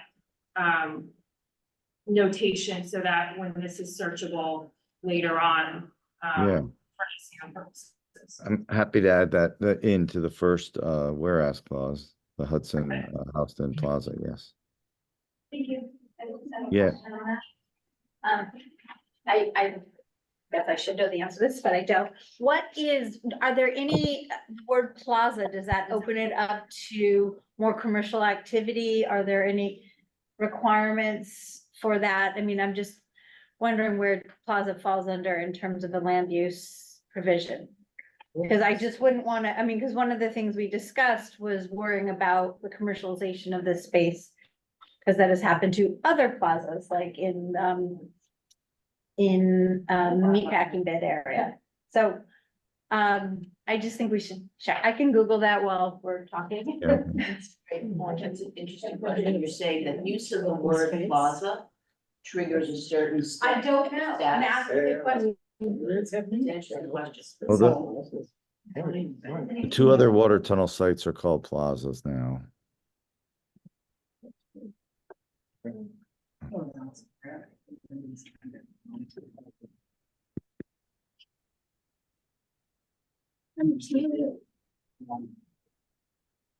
Right, well, that's just something we have to, I'm sorry, do you have a question? No, I don't have a question. Just a comment about that plazas are usually regarded as open space.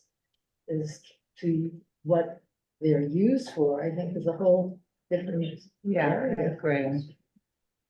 I think the question is, does the use of the term of the word plaza trigger, put it into a certain legal category? In the sense of it may be accessible for commercial use. That's what I think. Yes, Chris.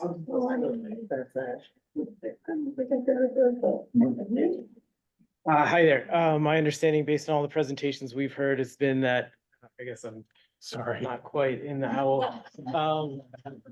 Based on all of the information we've heard from DEP, DOT and DCP, since one of them needs access to the water tunnel at all times, 24/7, they will not be authorizing commercial events at that location, because even if they're allowing people to, have classes, have events, or well, not really events, but just enjoy it as a park, if at any moment they have to access the water tunnels, they're simply going to. So there's been no real discussion of any permissions for commercial stuff, based on what I've heard so far. No, that's right. Oh, I'm sorry. Anything else on that? Yeah. Yeah, just, in a few spots, it calls, WXY, it's typed out as XYZ. In a few spots, it's the architecture Oh, firm. good. Yeah, good call. Yeah.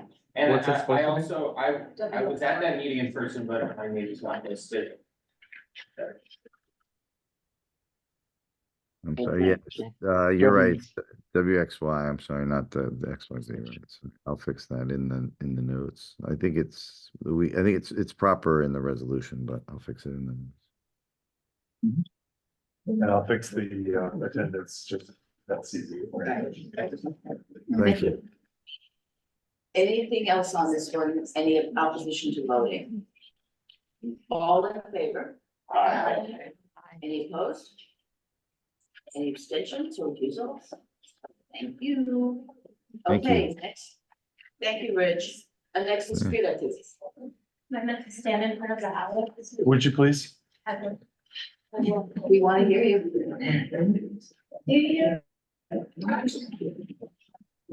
Hearing from me in place of what today. Luckily, am I good? Good.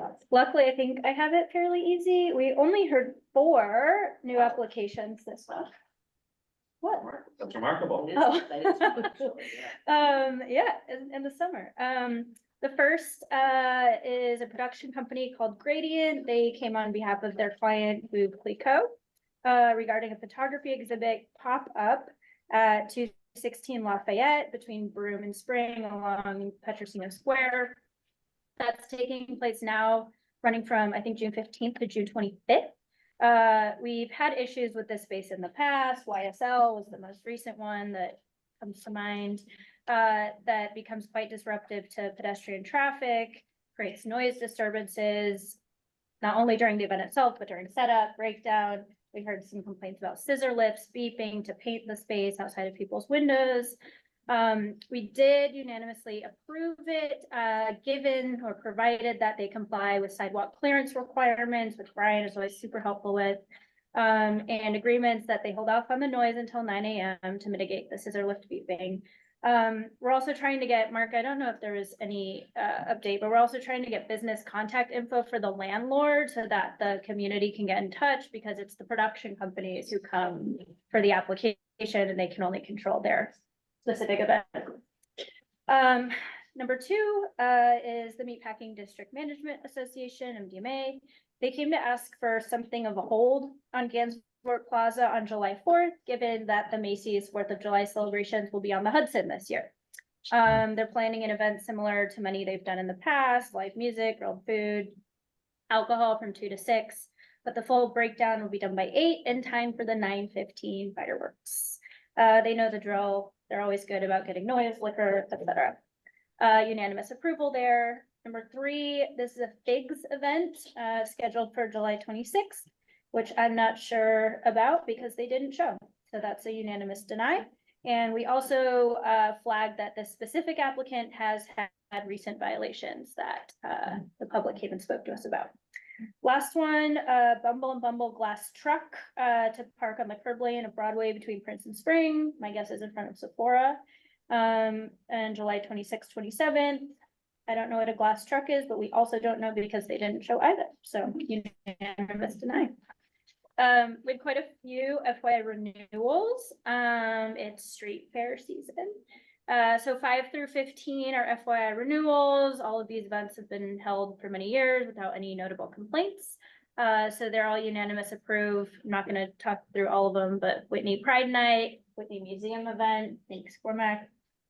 The Mobile Units Comedy of Errors, Overseas Chinese Mission Street Fair, the New Schools Block Party, NYU's CAS Block Party, 8th Street Block Party, Astor Place Fall Fair, Bleecker Street Fall Fair, 4th Avenue Fall Fair, and the Astor Place Fair. So those were all unanimous approval. And then 16 and 17 are both layovers for us to hear in the coming months, because we want to discuss their location choices, both of which are presently planned to be on Broadway, south of 14th. Thank you. Anyone want to discuss any of those items or all them out of questions, anything? Okay, that's great. If there's no objection, then we will vote on 1 through 17 as a block. All in favor? Aye. Opposed? Abstentions or recusals? I have to abstain from the MDMA one. I sit on the board and I'm trying to find which number. Oh. That was number 2. Sorry, you said you abstain. You're I'm abstaining? abstaining. Recusing. Recusing, I'm recusing from the MDMA. By the way. Okay.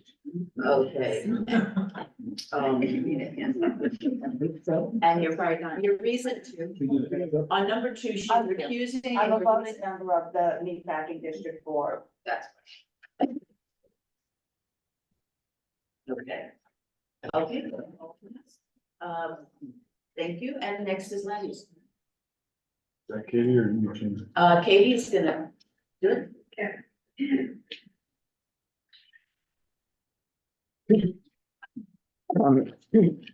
We had 3 items on the docket at our meeting.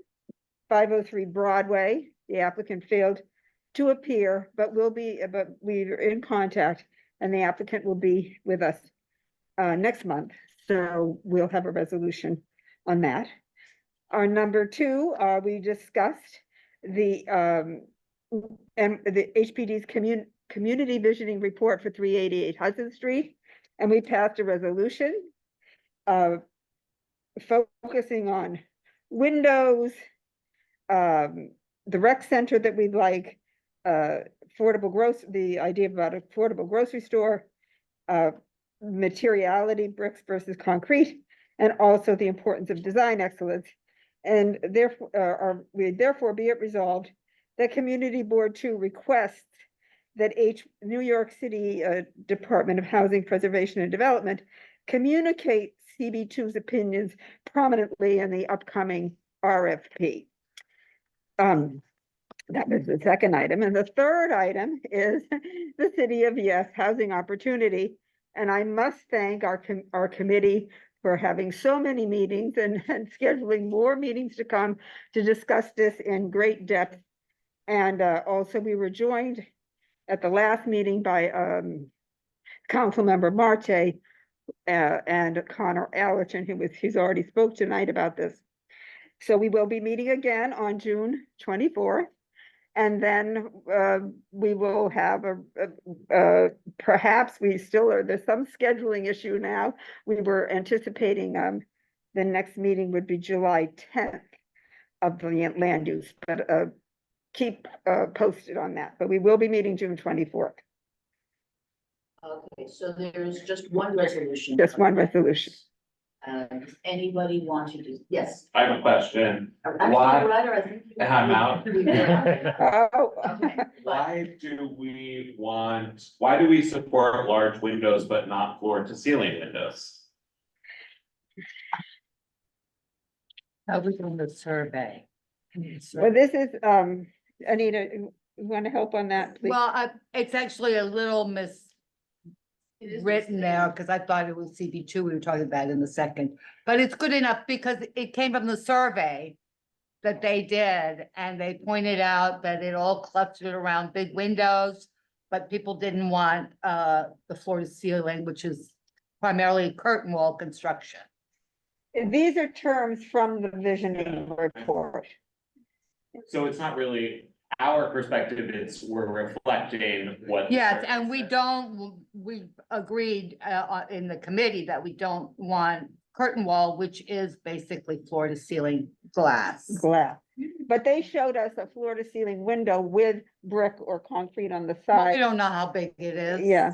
Everything's. Right, they showed us a large window. It looked like the Soho windows that we see a lot Yeah. now. Could we amend number 3 to say the community survey reflected a preference for floor to ceiling windows over a curtain wall?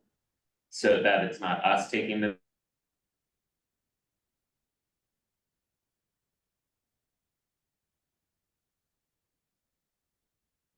Categories that they gave didn't reflect what we were hearing from the community and what the committee felt was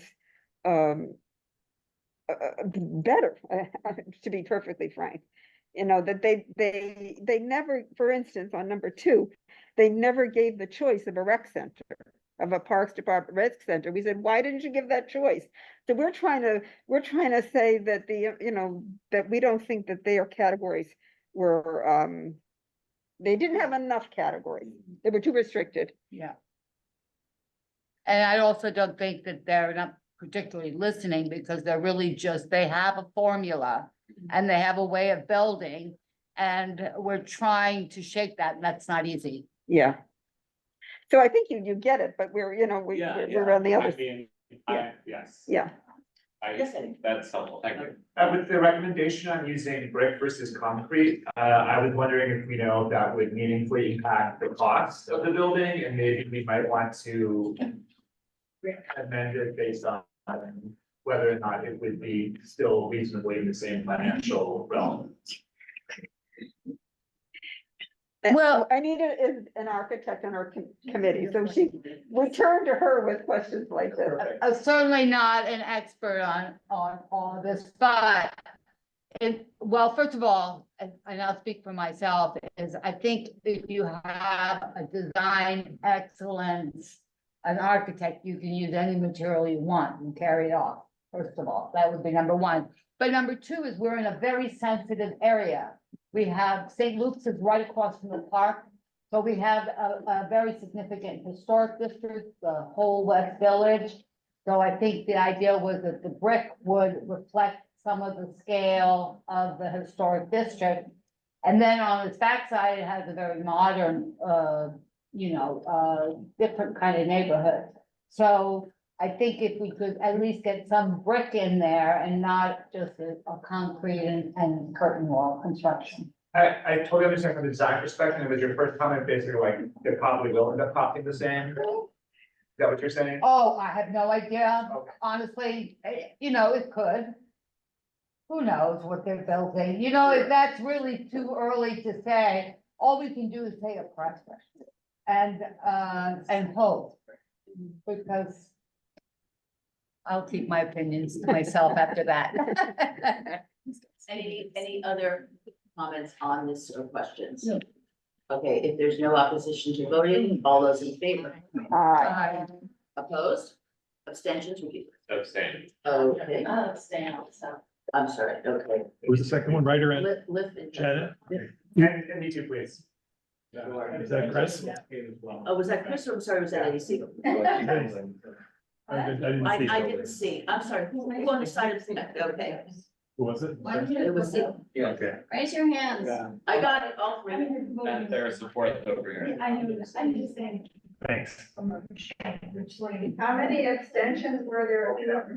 4. Metzger's an abstention as well. And support. Okay. And did you get it?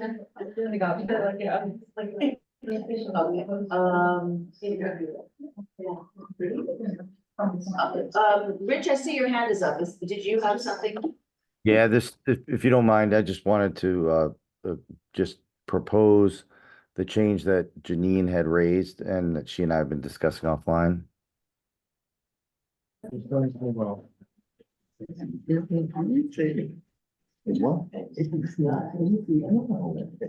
Yeah, it was. No, it's fine. It might be on his end. Oh, okay. Rich, we didn't hear you. Oh, I'm sorry. No, I just, Janine got back to me on what she found online around the use of a plaza. And I accepted a proposal, this is going back to the parks one. Just saying that on number 3 now, we'll ask the Hudson Square bid to return to the Parks Committee to discuss what types of activations and uses will be encouraged, noting that we oppose all corporate and commercial events in the space. And I would second that. Okay. Did you just say that we're opposing all commercial and corporate events? In the space. That's really breaking new ground from what the committee discussed. We did not discuss that. It's also a commercial neighborhood, so, they're paying, there's lots of commercial activity. Okay. I was gonna say, I don't think people want the space rented out, because they already have city funding to do this. This is a whole. I specifically asked at the meeting. Okay, about wait a that. minute, I first want, okay. I just want to be clear. Yes, okay, we're finished with land use, we're going back now to parks. Yeah, I'm To sorry. Yeah. discuss We did vote on the land use. Actually, you're right, we did vote on the parks already. I'm sorry, she's right. We already cast a vote on that one. I know, he was re-raising, because I said I was gonna look at it, so. Okay, is there any reason why we can't do it?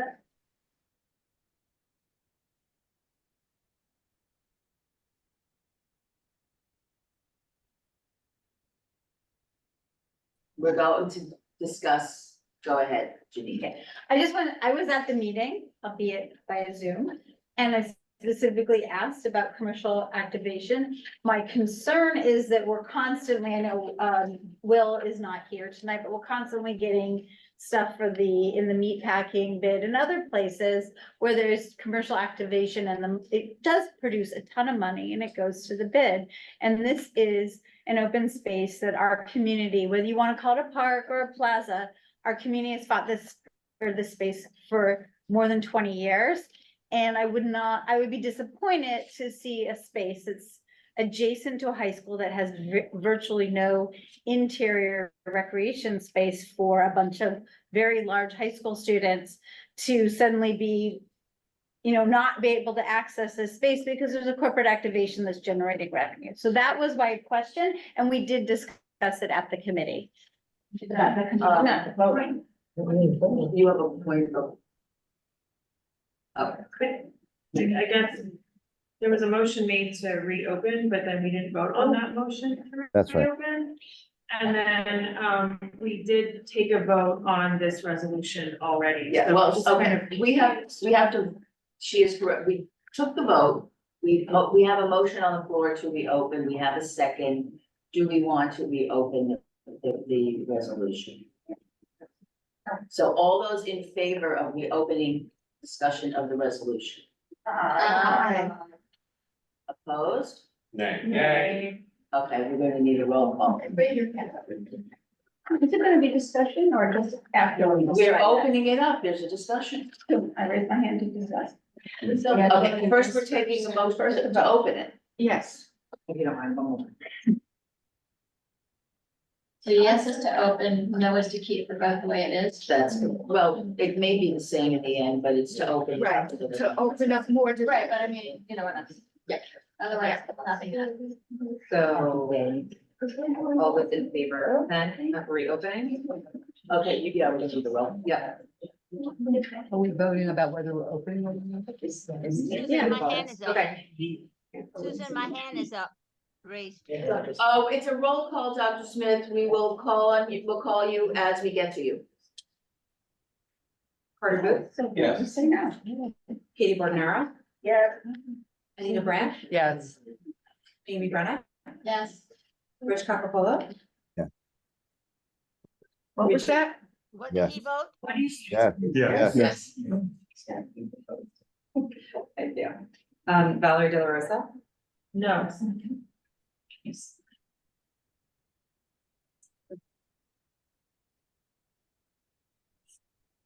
Andy Diaz?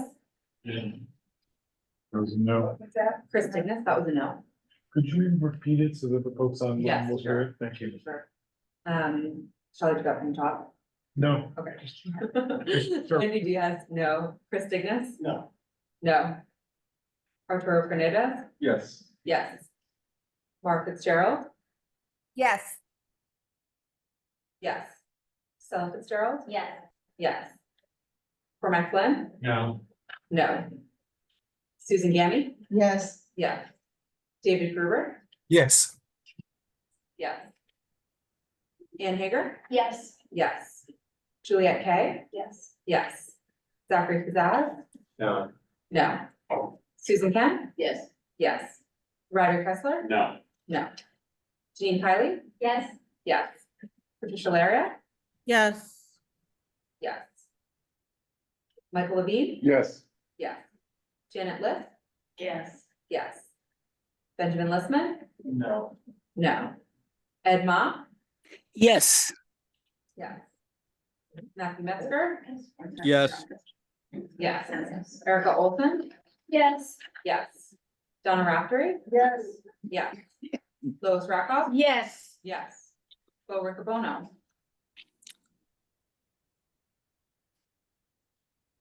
Go online? It was. Bo, are you there? First of all, Bo, you have to keep your camera on. May have- Okay, I'm sorry. He's asking. Sounds good. Shirley, Linda? No, No. Eddie Siegel? No. No. Frederica Siegel? Sure. Yes. Emma Smith? Frozen again? No. Dr. Shirley Smith? I had my hand raised because I did not understand the question. What are we voting on? My apologies. We are Well, that's voting. okay, but what are we voting on before I give my answer? We're voting whether or not to reopen the resident for further discussion, the resolution on the open space at 388 Hudson. May I interrupt for a second? The online is not frozen, just the screen is, so they Okay. can hear us. Yeah, we can hear you fine. Okay, my vote is no. Not to reopen, okay. Okay, thank you, Dr. Smith. You're welcome. Sean Spence? Yes.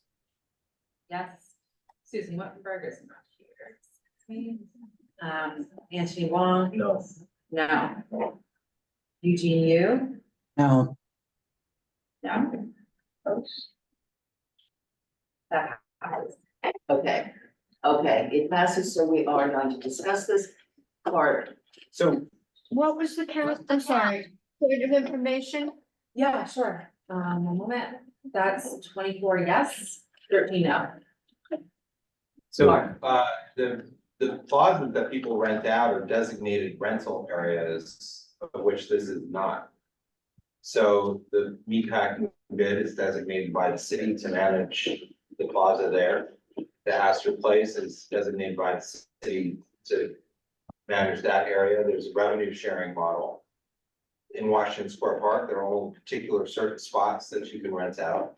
These plazas, the water tunnel sites, I don't believe are eligible, but I think it's important, just to say that, because as Janine brought up, this is, the portion of these spaces that were promised as parks, by the city many, many years ago. And I think it's important to have these as open public spaces. The funding is already coming from taxpayer money to do this extra design, and the money is already taken from taxpayer money by the bid to manage the space. And so there shouldn't be other monies that are then redirected elsewhere.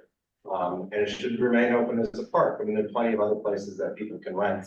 And the water tunnel sites are, I don't believe are those spaces, and privatizing those types of spaces for monetary reasons for quasi, whatever the bids fall under, I don't think it's appropriate. So the change to number 3 would, if we were to follow that, would just say that we note that we oppose corporate and commercial events in the space. Rodrigo.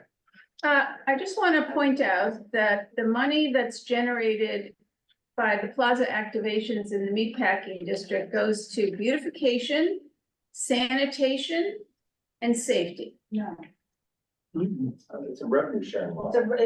It's turned back to let me just make my comment and then you're welcome to.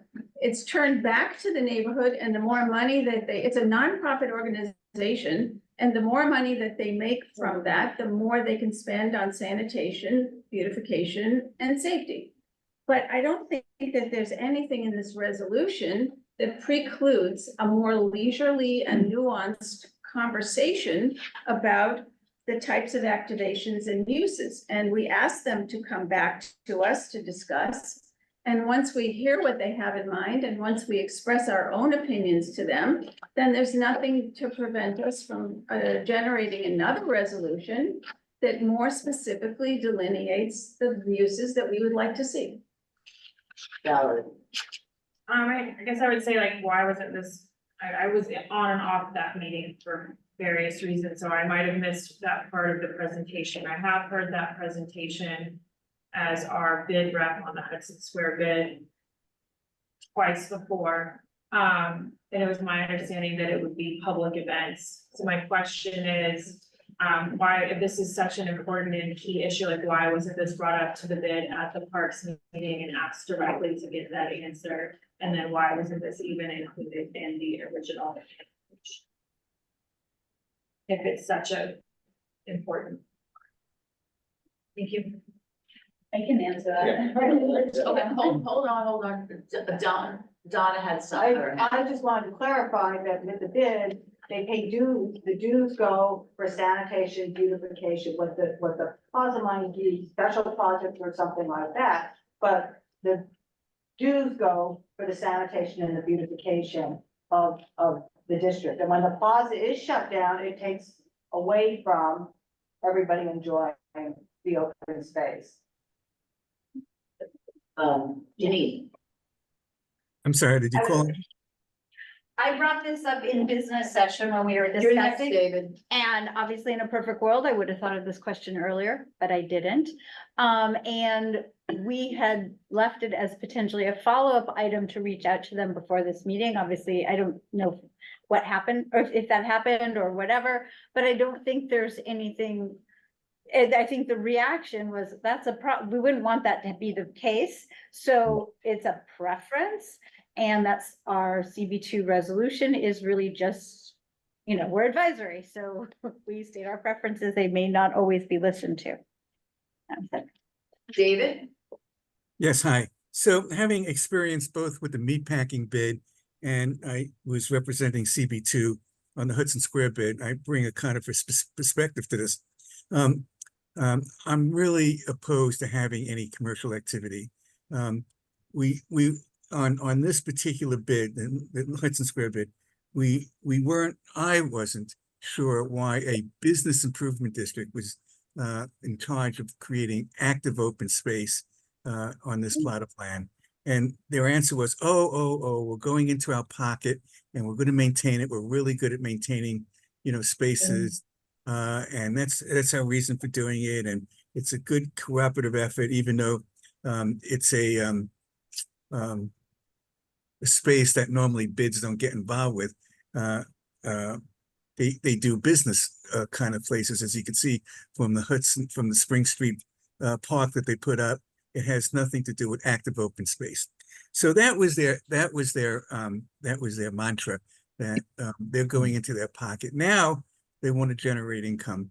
The meatpacking district, it's not just one day. There's 2 days setup, it's 2 days breakdown. It's a lot of noise. Even some of the businesses that surround the bid and participate in it have protested and have made comments about it, that it's disruptive to their business. In any event, I think that we're entitled to have a park here.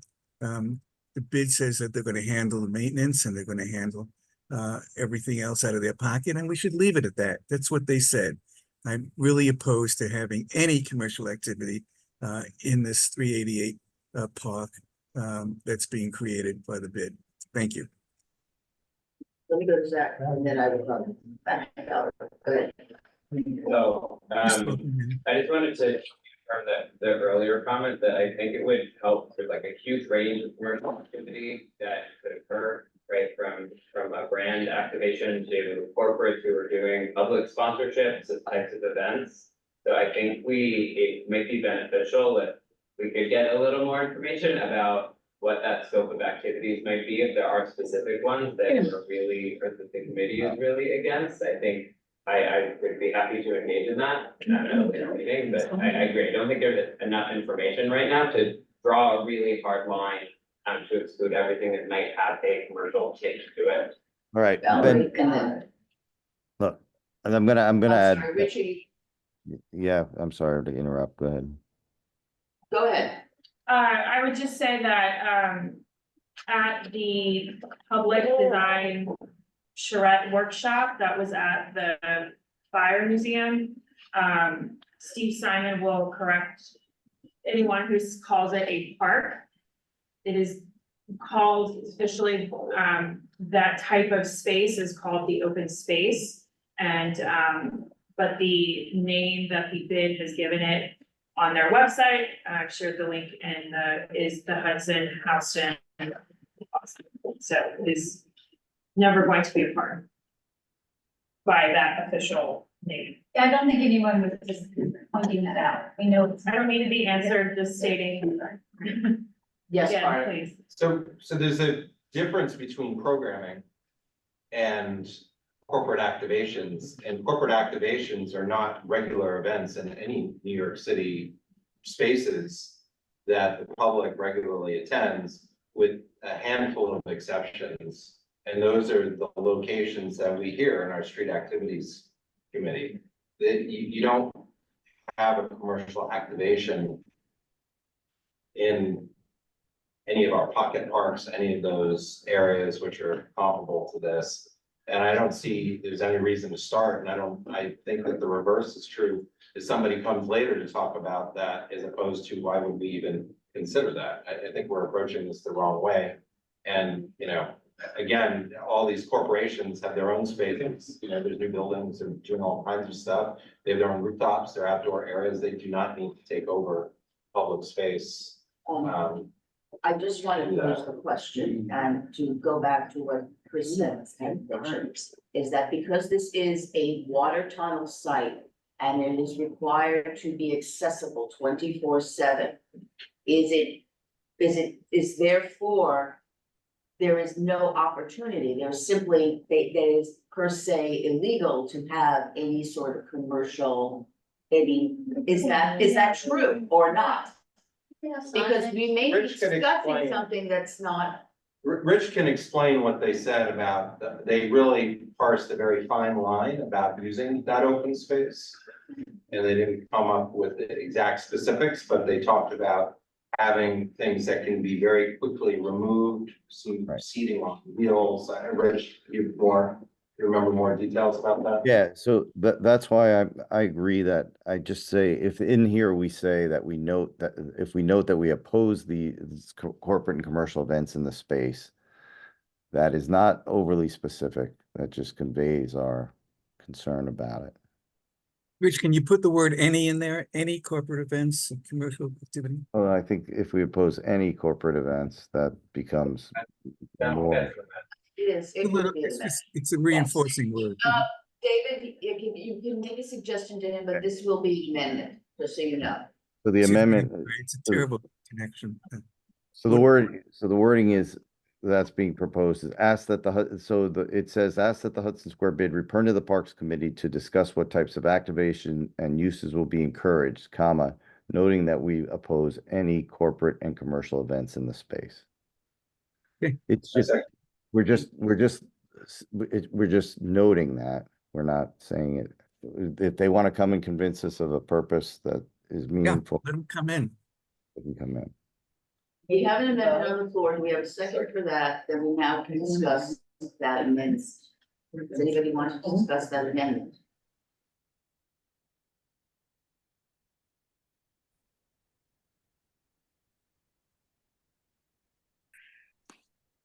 Okay, but we now need to get the language down so that it's precise. Rich, could you put your language in the chat, please? Yeah. Be a point of information. Yeah. When people say no, I feel like people are saying no really loudly, and then it forces a, just raise your hand if it's a no, because we can. I'm sorry. Again, Cut off. Yes, cut off. Yeah, couldn't hear the entire sentence.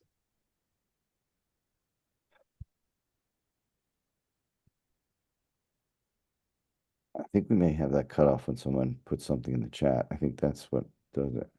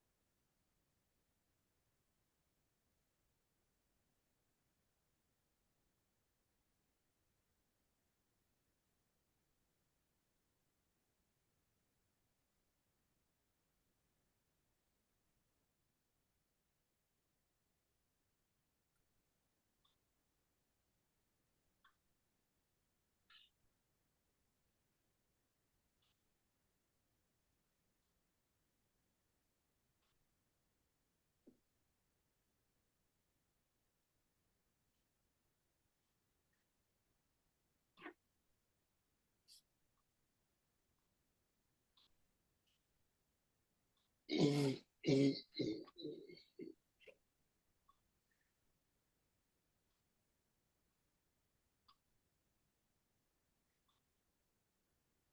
is an on-premise hotel license and a change in method of operation. Deny unless with stipulations being adhered to. All our decisions were unanimous. Gin Noodles and Sushi, formerly known as Gin Ramen Sushi, doing business as Gin Noodle and Sushi at 49 East 8th Street. This is a restaurant wine license in a previously unlicensed location. Deny unless with stipulations being adhered to. GSV NYC 2 LLC, doing business as Garage Sale Vintage at 302 Bowery. It's a tavern wine, a previously unlicensed location. This was a deny, unanimous. Icus Corp. doing business as Old Fashioned Cafe at 110 Thompson Street. That's an on-premise for a restaurant. It was an alteration application. This was deny, unanimous. WLLC doing business as the Woolly 390 Broome Street. It's an on-premise for a restaurant, change in method of operation. Deny unless with stipulations being adhered to.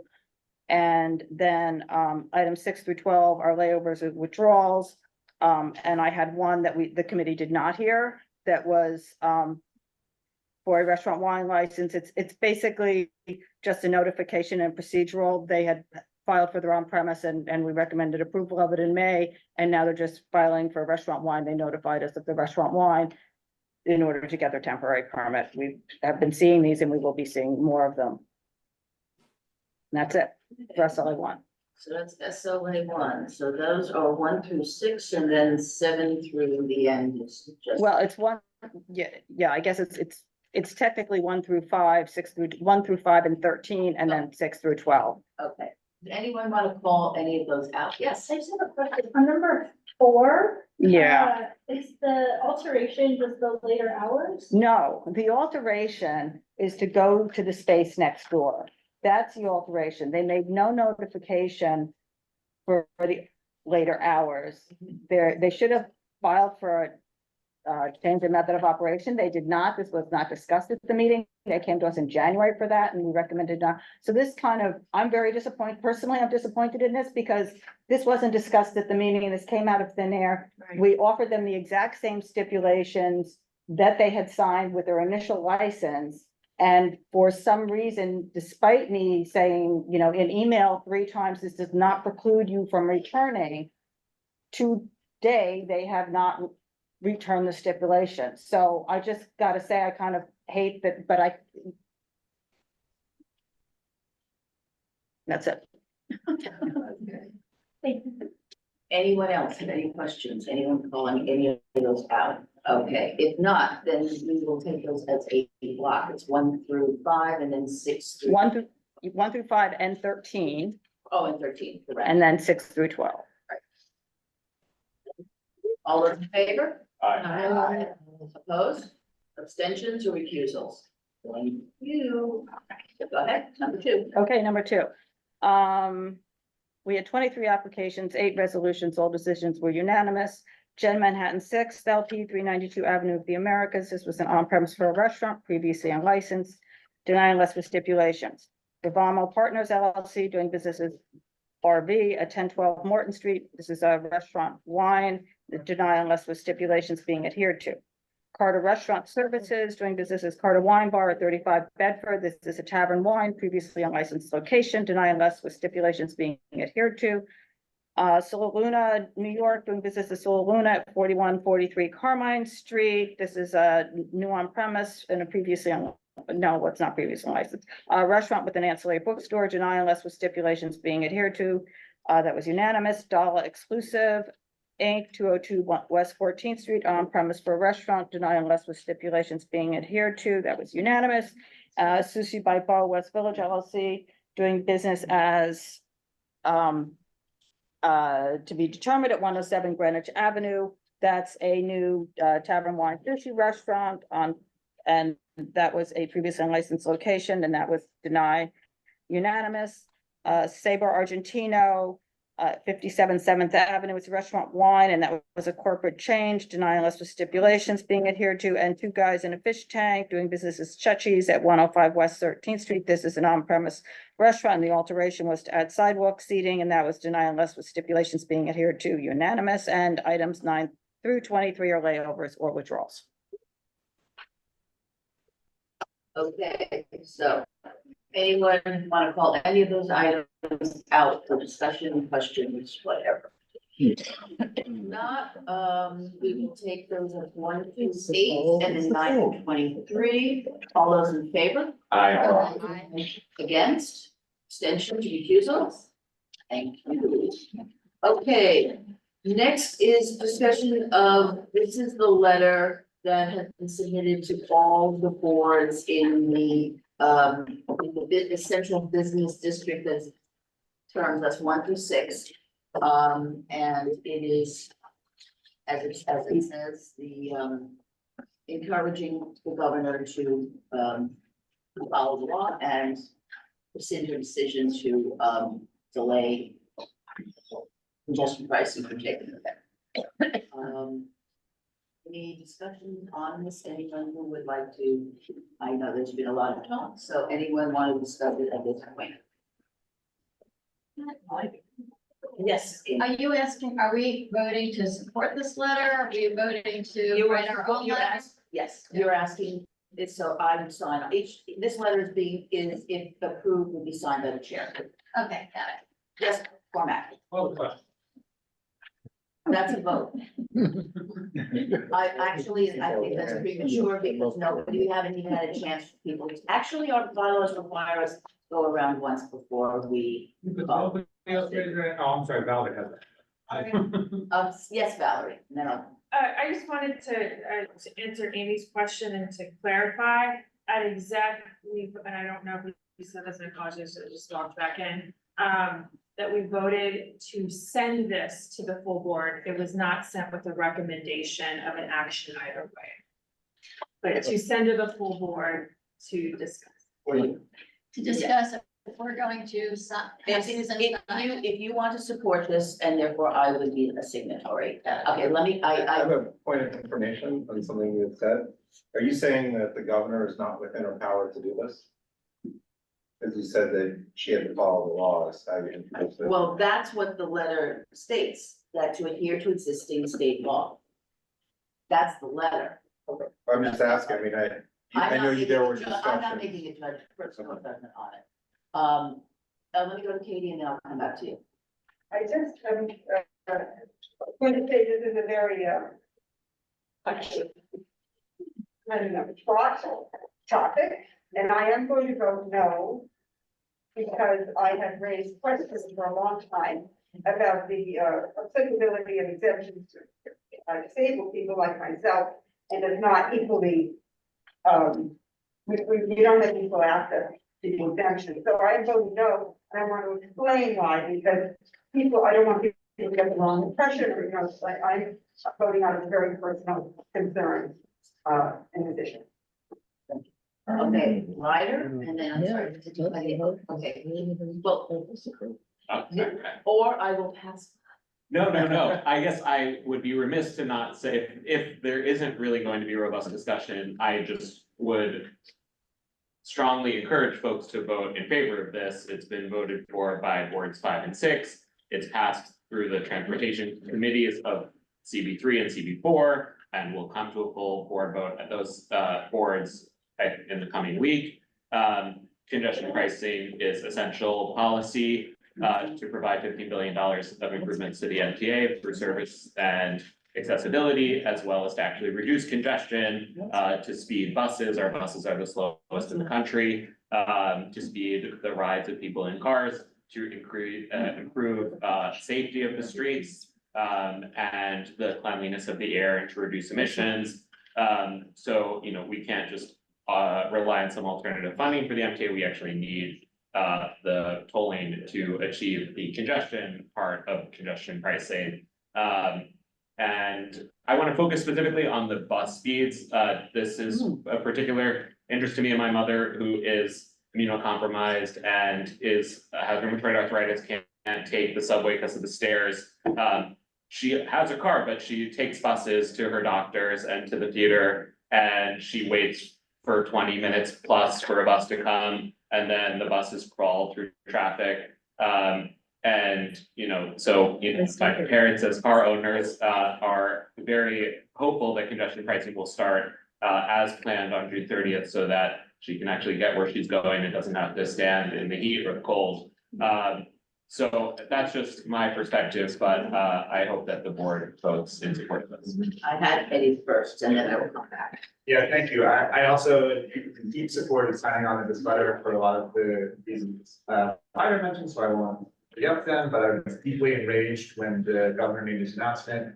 Maybe the one thing I would add, so how hazardly it has gone in her shifting language and no backup plans for doing this at the literal 10 seconds to midnight here. She has had a very long time to chime in on this. And we have the infrastructure in place. The MTA has said multiple times they are ready to turn it on. And I believe that she will, the law will ultimately prevail and we will get the pricing going, and I believe we can sign on to this. Okay, I would just like to give a little background on the letter. I don't want to take up too much of your time, but representatives from each of these 6 community boards were asked to participate. And it was a back and forth of discussion until we finally arrived on a letter that satisfied everybody. And I just want to point out one of the things that was said as one of the edits to do with modification. Post-implementation, we fully expect that congestion pricing's performance will be closely monitored and the program refined to address any deficiencies or inequities that arise, such as potential impacts on communities. And that was put in specifically in recognition that this is not the end-all be-all, but that it is so important to get this program started. This has been years and years in the making. And right now, there is more traffic. I'm sorry, I don't have the statistics, but there is more traffic, more automotive traffic, that is, coming into this city. There also, in the first 3 quarters of this year, there have been more crashes, injuries, fatalities from crashes with automobiles. I think that we have to start making a move to try to remedy this situation. This is, we all know, it's not a perfect program yet. Maybe it will never be perfect, but this doesn't mean that this is the end. This is the beginning. We need this program. We need it for our economy because traffic breaks down the movement of economic necessities. We need it to clear our air because of the emissions from motor vehicles. We need it for our transportation system that's relying on it. You brought up your mother. Hey, I'm one of those people too. I've been thrilled to hear that we're beginning to talk about disabled access on the subways. And if this doesn't go through, we're not gonna get it. That's it. The repairs that are supposed to be done in our transportation system. Right now, it is not functioning to all of our needs. And it will give us a start to try to repair our transportation system. I could go on, but you can see I'm very passionate about it. I also understand the limitations, but years and years, let's get started on it. Thank you, Shirley. Okay, I've had a couple of hands. Janet, I'll work my way around. Let's start with Janet and then Zach. I just wanted to, I think Shirley just spoke very eloquently, but this is, I think it's been 40 years in the making. And just to reiterate what Shirley said, this is, a digital automatic, it's just a start. If there's any adverse effects, they can change it in 24 hours, you just reprogram the thing. And this pause has already made the MTA, they're not gonna go ahead with the Second Avenue subway. Disability access for all of our stations is contingent is coming through. And then I'm not sure what the particulars are of the cases, but if you have a disability, you also are waived, you don't have to pay the fee. People- That's not true. That's not true. I thought That's not true. Okay, it's been a while. excuse me, first of all, But, we're not I in mean- business session. But I mean, I understand. You know, it's And we sure don't talk that back and forth. it's gone through many, I mean, it's gone through the, you know, panel after panel and discourse and revisions, changes, and it's just, it's time to just give it a go. And something like 95% of people need to work for subways. And the average income of people who actually drive in is on a much higher side than the average person who takes the subway.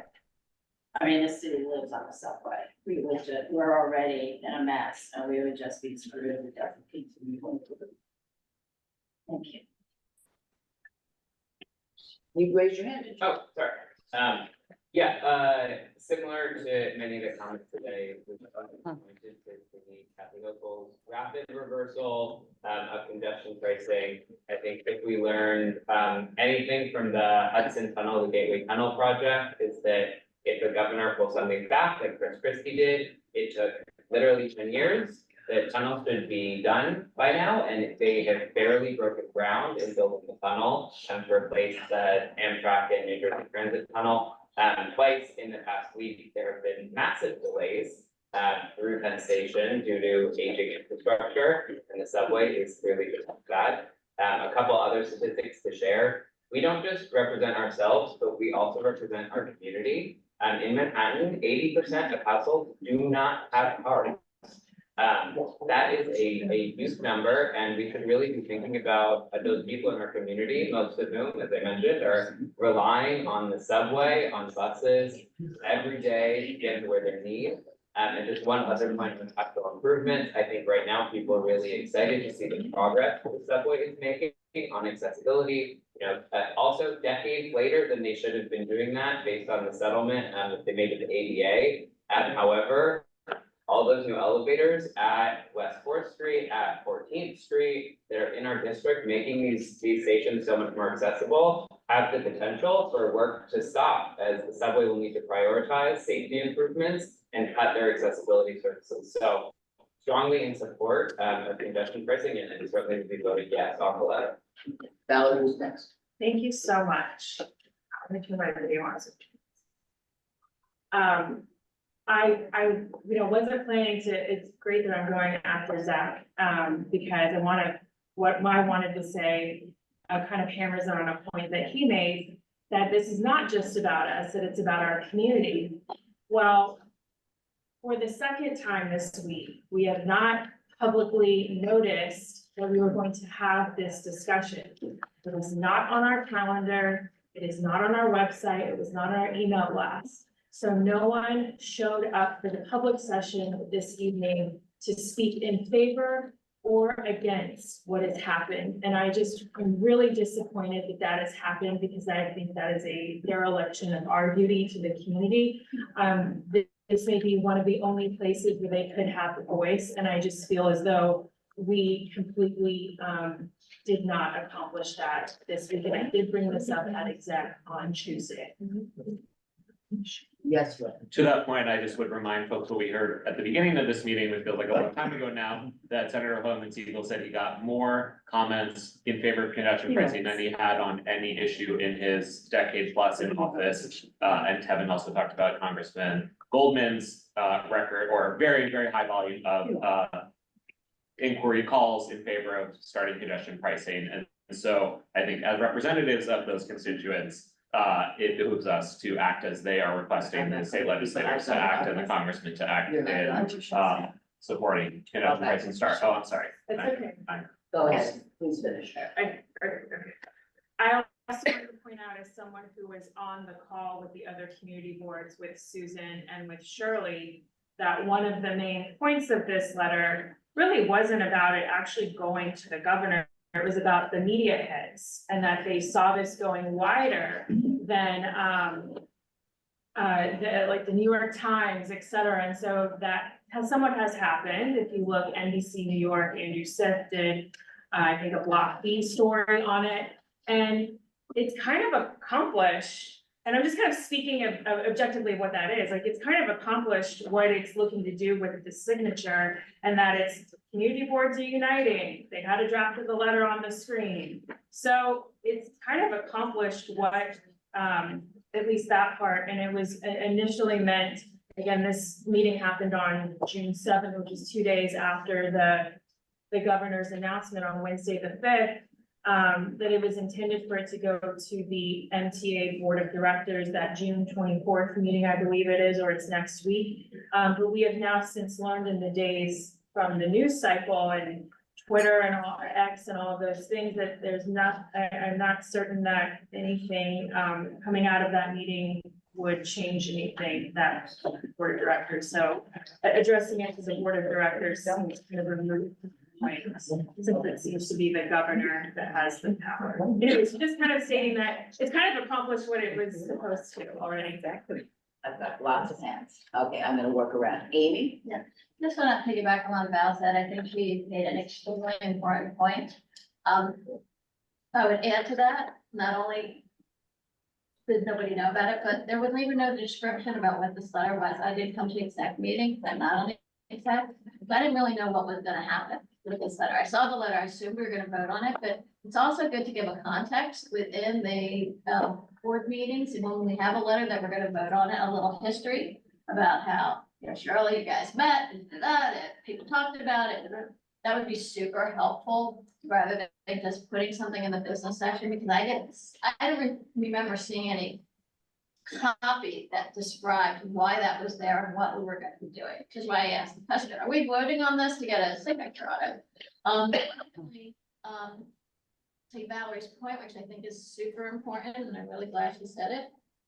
Can we put this aside and talk about it again at next month's meeting, or is that too late? It's like we would be able to have public come and talk about it before we have to vote whether we put your name on it, or is that too late? Do we need to make that decision tonight?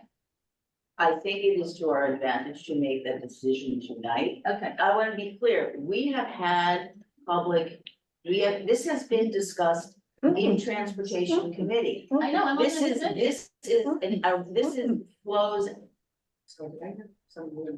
Okay, I'm sorry.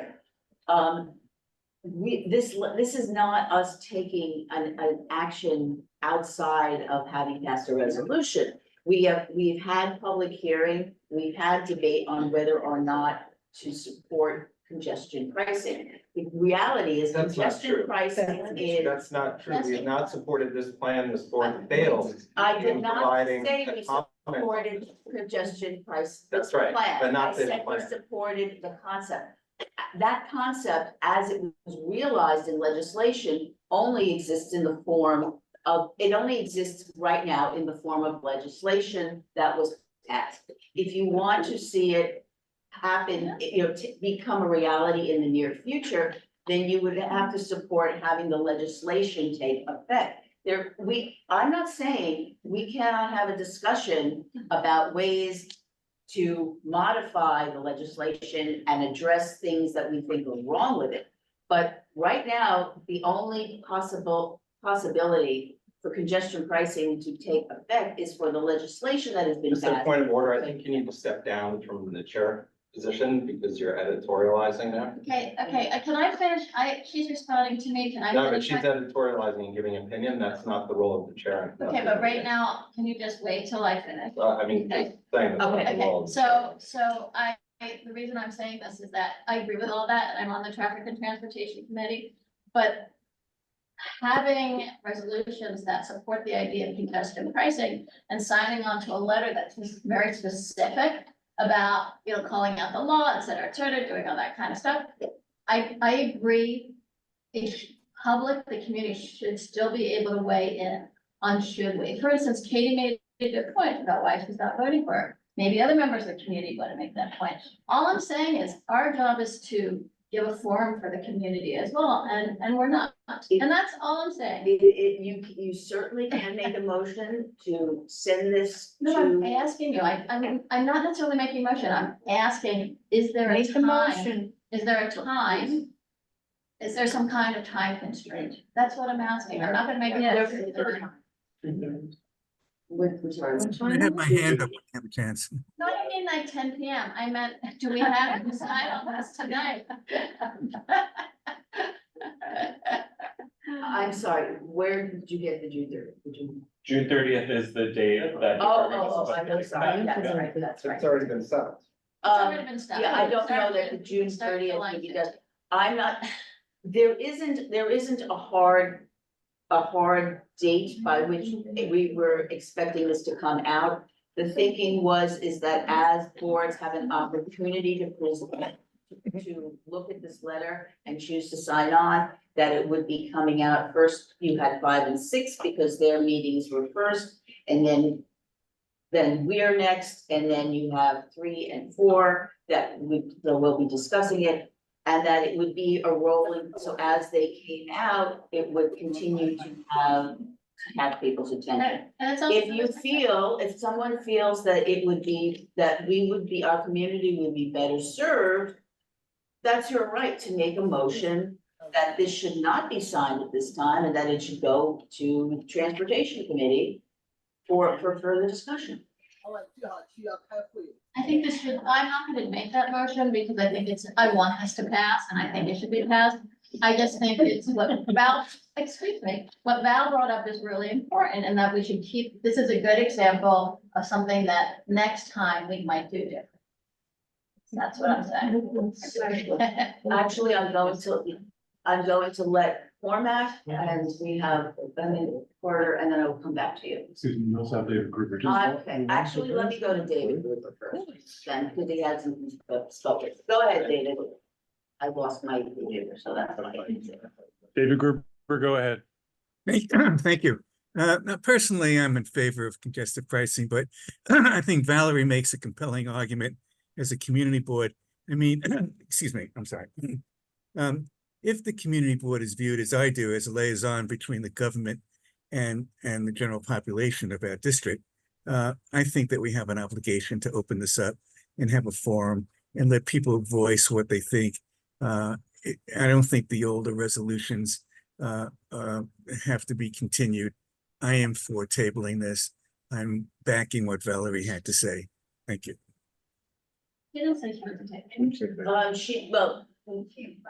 I can. Yeah, go ahead, Val, just to correct. I was just making a larger statement as this is a systemic thing that has happened with other committee meetings in general, where the items being discussed are not linked on our website, and then on exec and on full board this week, we had 2 opportunities to hear from the public in a public hearing this week. One, I guess people could have commented at exec, and we lost that. And so I'm not asking to table this. I'm just trying to make the point that an opportunity was missed here. I'm sorry, Cormac, and then we go to Carter. Yeah, getting back to, the parliamentary, to the substance of the thing. Gateway Plaza, the Gateway project was mentioned earlier. I'll go further for those old enough from, and will remind everybody. In the Giuliani administration, when at the 11th hour, public restrooms contract, a massive public restroom contract, that we put public restrooms all over the city, was killed, just like this was just now. And you know how long we've been waiting for it to come back? That announcement by the borough president tonight, and that's still nothing compared to what was gonna be done back then. This is when congestion pricing will pass or not. Don't count on it coming back. The second thing I would say is, as Senator Kavanaugh said, and some people here have said, listen, if I were writing a congestion pricing plan, this would not necessarily be it. I don't love every detail of it. You're never gonna get to a massive change like this and have it be perfect in everybody's eyes. This sausage is like that. As Shirley said, once it passes, there'll be revision as we see how it goes. And I wanna point out, there's no place in the world where this has been adopted, where it hasn't ended up being very successful and popular after the fact. And then the last thing I would say is this, I have on the parliamentary, no opinion, but I want to point out, I appreciate what Valerie said about how it got some precedent already. As a once upon a time political person, I want to point out that if in the end, though, you don't actually pass a letter, right? Not necessarily tonight, I'm not saying, but, do this and support this and something. You're risking some more news articles that will not be so favorable. Let's say. Okay, Carter. So I just want to go back, we didn't comment on this plan. Our board dropped the ball when this plan came out and the parameters came out, we missed the deadline. We had a public hearing, we had a report, and it got sent to nobody, and it didn't get submitted to the city as part of that. Susan, you promised on Tuesday that an email would go out about this meeting tonight and in response to some of the concerns I brought up at executive, that a specific email would go out to the public announcing that we were discussing this. That hasn't gone out. I feel like the board's trying to hide this, as far as not putting it on any agenda. The agenda was not properly published for the executive committee meeting. In fact, it hasn't been published to date. So there's nobody, just to everybody's point, this hasn't been brought up. That's what's there. Also, on top of this, make no mistake, this is the governor's decision alone. This letter, it makes it seem like there are all these other people participating in it. All of our elected officials have stated their position, but there's one person, the executive branch, who stopped this. And we also say in this letter, don't try to work it out. It's all or anything on the financial stuff. That's not really a great position to put our elected officials in as far as trying to get something done. Clearly, there's something not right that happened. The executive has that power. I think that, or a number of people have said that the board cannot override the governor on this. This letter is directed to all the MTA board. Ultimately, this is just the governor. And as far as traffic in our community, I'm not sure what any community you guys all live in, but when I'm on the street, it's Ubers. Don't manipulate Ubers. Every, fourth car is maybe even more is some other car, but the majority of the congestion in our community are Ubers, Lyfts for hire vehicles. And that's what congests our blocks. If you go anywhere, walk down the street and look at the license plates, you see it. We have a significant amount of pass-through traffic in our community. I'm not sure that congestion pricing is going to stop people from going to New Jersey and transiting through our community.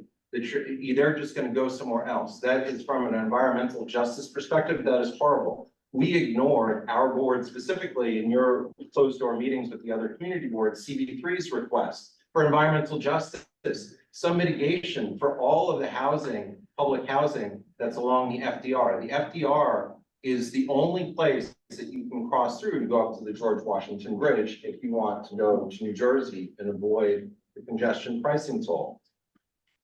Coming over on the Brooklyn Bridge, that's how you would get up there. And nobody wants to talk about this aspect of it, but that's our community's impact. But I just feel like, if we want to really do something that's productive, that, and particularly if everybody's talking about the aspects of reducing congestion in our community, that's what we need to address, are the super high cap, and this happened a long time ago with the last speaker when they lifted the cap on the for hire vehicles.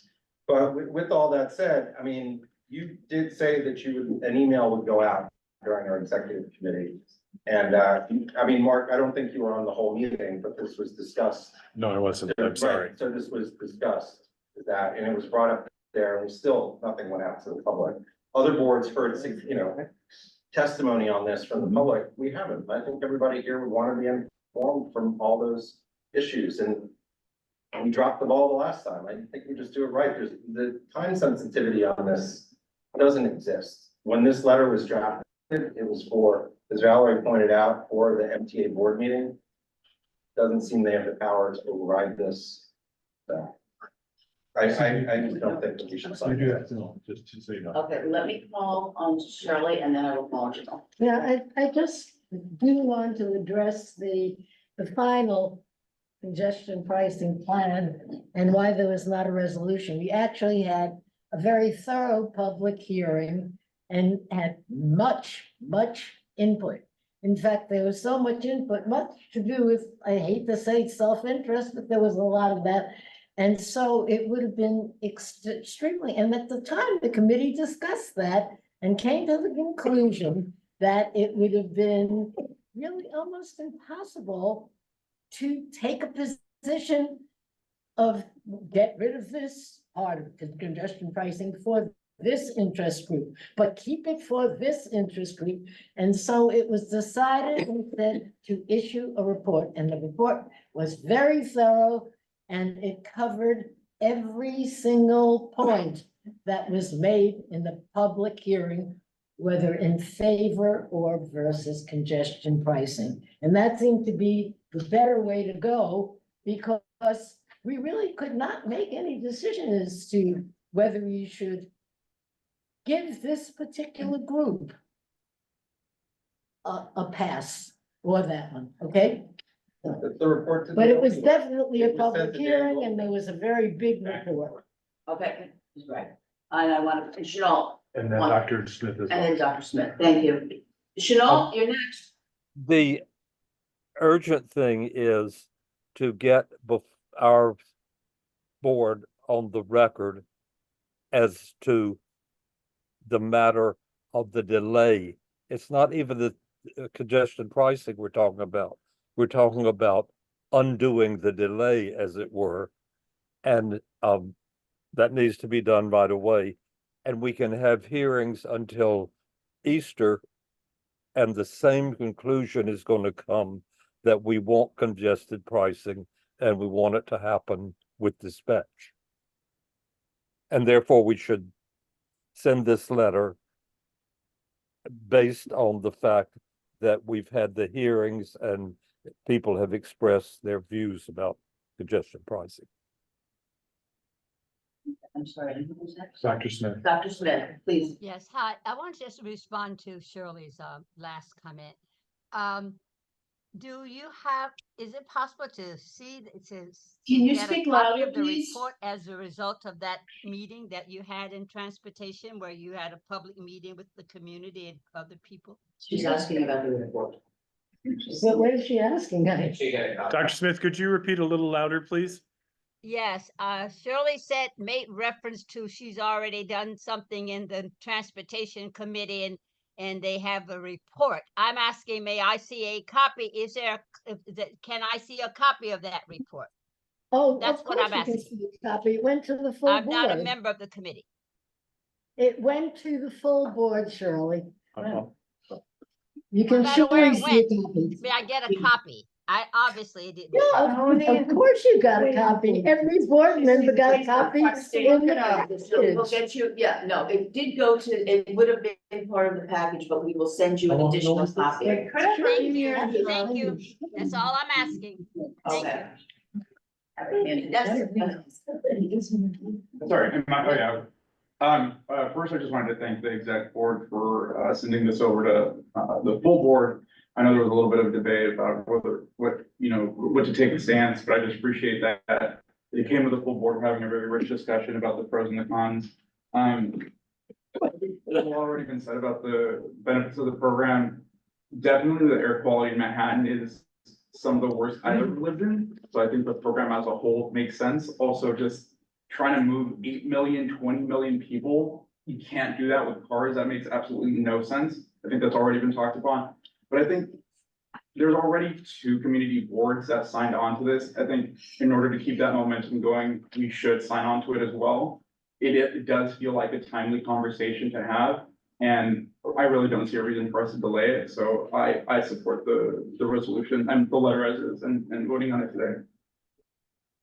Yes, Ryder. I just wanted to offer, I think, a point of information in response to one thing Carter said about the governor having unilateral authority to delay this. I think that is an open legal question. I think one of the third and final lawsuit that was brought in opposition to congestion pricing before the governor's action was thrown out today. And in the decision, the judge talked about the 2019 law requiring the MTA to implement congestion pricing. It is an open question about whether the governor has the authority to do this delay, and there's already lawsuits lined up about, forcing the program to start based on that, based on, the ADA and the agreement that was made with the MTA implementing accessibility measures on legal requirements related to the CLCPA bill to reduce our carbon emissions in New York, and a constitutional amendment about a clean and healthful environment. So I think the real politic of this is that having a statement that we joined, that the Central Business District boards all co-signed, is very important pressure to get the governor to potentially reverse this decision, which I think is possible between now and June 30th, given that there's a lot of public outcry, that there's legal pressure, and that there's a broad coalition of advocates, including environmental justice advocates, climate folks, transit, business, good government folks, who all think that this 11th hour decision to unilaterally pull the plug on something that has had decades of lobbying and many years of environmental review and public feedback is not how New York State should be governed. Yeah, I just wanted to talk also a little bit about like accessibility again. Obviously things like reducing congestion overall, important for things like bus speeds, but also the capital investment that we're gonna be missing for subway station accessibility is gonna be super important. And there was discussion earlier about whether or not there were exemptions for people with disabilities. There are exemptions that can be applied for individual drivers and they can register their vehicles, and there's also exemptions for organizations that use vehicles for people with disabilities or for medical for medical uses. So those uses they are part of the program. Is there anything further, anyone online? I'm sorry. I don't see, I'm sorry, Mark, can you, there's I'm sorry. anybody online? I'm sorry. Okay. Yes, Valerie. I just want to reiterate that I think that the media hits already accomplished what the letter is proposing to do, and that the goal stated on the call was, and that was the goal that was stated on the call, was the media hits. Yes, Janine. I support sending this letter, and if some people on the call felt the reason for doing the letter was the media hit, there's a lot of authors, there's a lot of people, and it may accomplish other goals. So I'm supporting it regardless of the lack of media hit. No, you're not a board member. No, I don't know the public. No, it's a business session. You had to sign up during the public session to do this. I am sorry. I didn't know about it. Congratulations, you made it. I'm sorry. That's. Really I rude. didn't know Okay, about if you it. want to call the question, then that's a vote, if you want. Yes. You want, is there a second on that? Second. Seconds. Okay, all in favor of calling the question? Opposed? Okay, so, I'm sorry? Okay, so we're going to vote on whether or not to sign on to this letter. Is this the last? And this is the last, so it is a roll call vote. Oh, so roll. Right. Yes, Susan, I'm gonna pull down the Parks one and not, I'll get a clarification on the Parks one. I don't want it. Now that's reopened, I want to pull it back, so. It's not reopened, we voted on it. Twice now. It's closed vote, you would have to make All right. another. Never mind, never mind. Then I think somebody may jump through the screen at you. Okay, all right. I'm sorry, Rich. Roll call vote. We're actually, we're at final, we're, okay? I don't get. All right, ready? Roll call vote. Carter Booth? No. No. Katie Bordenero? No. No. Anita Brandt? Yes. Yes. Amy Brenna? Yes. Yes. Rich Capitolo? No, No. Valerie De La Rosa? Abstain. Abstain. Andy Diaz? Yes. Yes. Chris Dignan, Yes. yeah. Arturo Fernandez, Yes. yeah. Mara, I believe, has left. Mar, are you there? I think she dropped. Okay, Okay. so Mara. Stella Fitzgerald? No. No. Cormac Flynn? Yes. Yes. Susan Gammy? Yes. Yes. David Gruber? Same. Abstain. Ann Hager? Yes. Yes. Juliet Kay? Yes. Yes. Zachary Kazaz? Yes. Yes. Susan Kent? Yes. Yes. Ryder Kessler? Yes. Yes. Jean Kiley? Yes. Yes. Patricia Laria? Yes. Yes. Michael Levine? Yes. Yes. Janet Liff? Yes. Yes. Benjamin Listman? Yes. Yes. Ed Ma? Yes. Yes. Matthew Metzger? Yes. Yes. Erica Olson? Yes. Yes. Donna Raftery? Abstain. Abstain. Lois Rackoff? No. No. Yep, okay, Bo is absent. Shirley Chazenda? Yes. Yeah. Eddie Siegel? Yes. Yeah. Frederica Siegel? Yes. Yes. Emma Smith? Yes. Dr. Shirley Smith? Abstain. Sorry, Dr. Shirley Smith? Change of voice. And Schultz Smith? Yes. Angie Wong? Yes. Yes. Eugene Yu? No. No. That passes. Can you read out the numbers? I can, if you don't mind me just checking them one more time.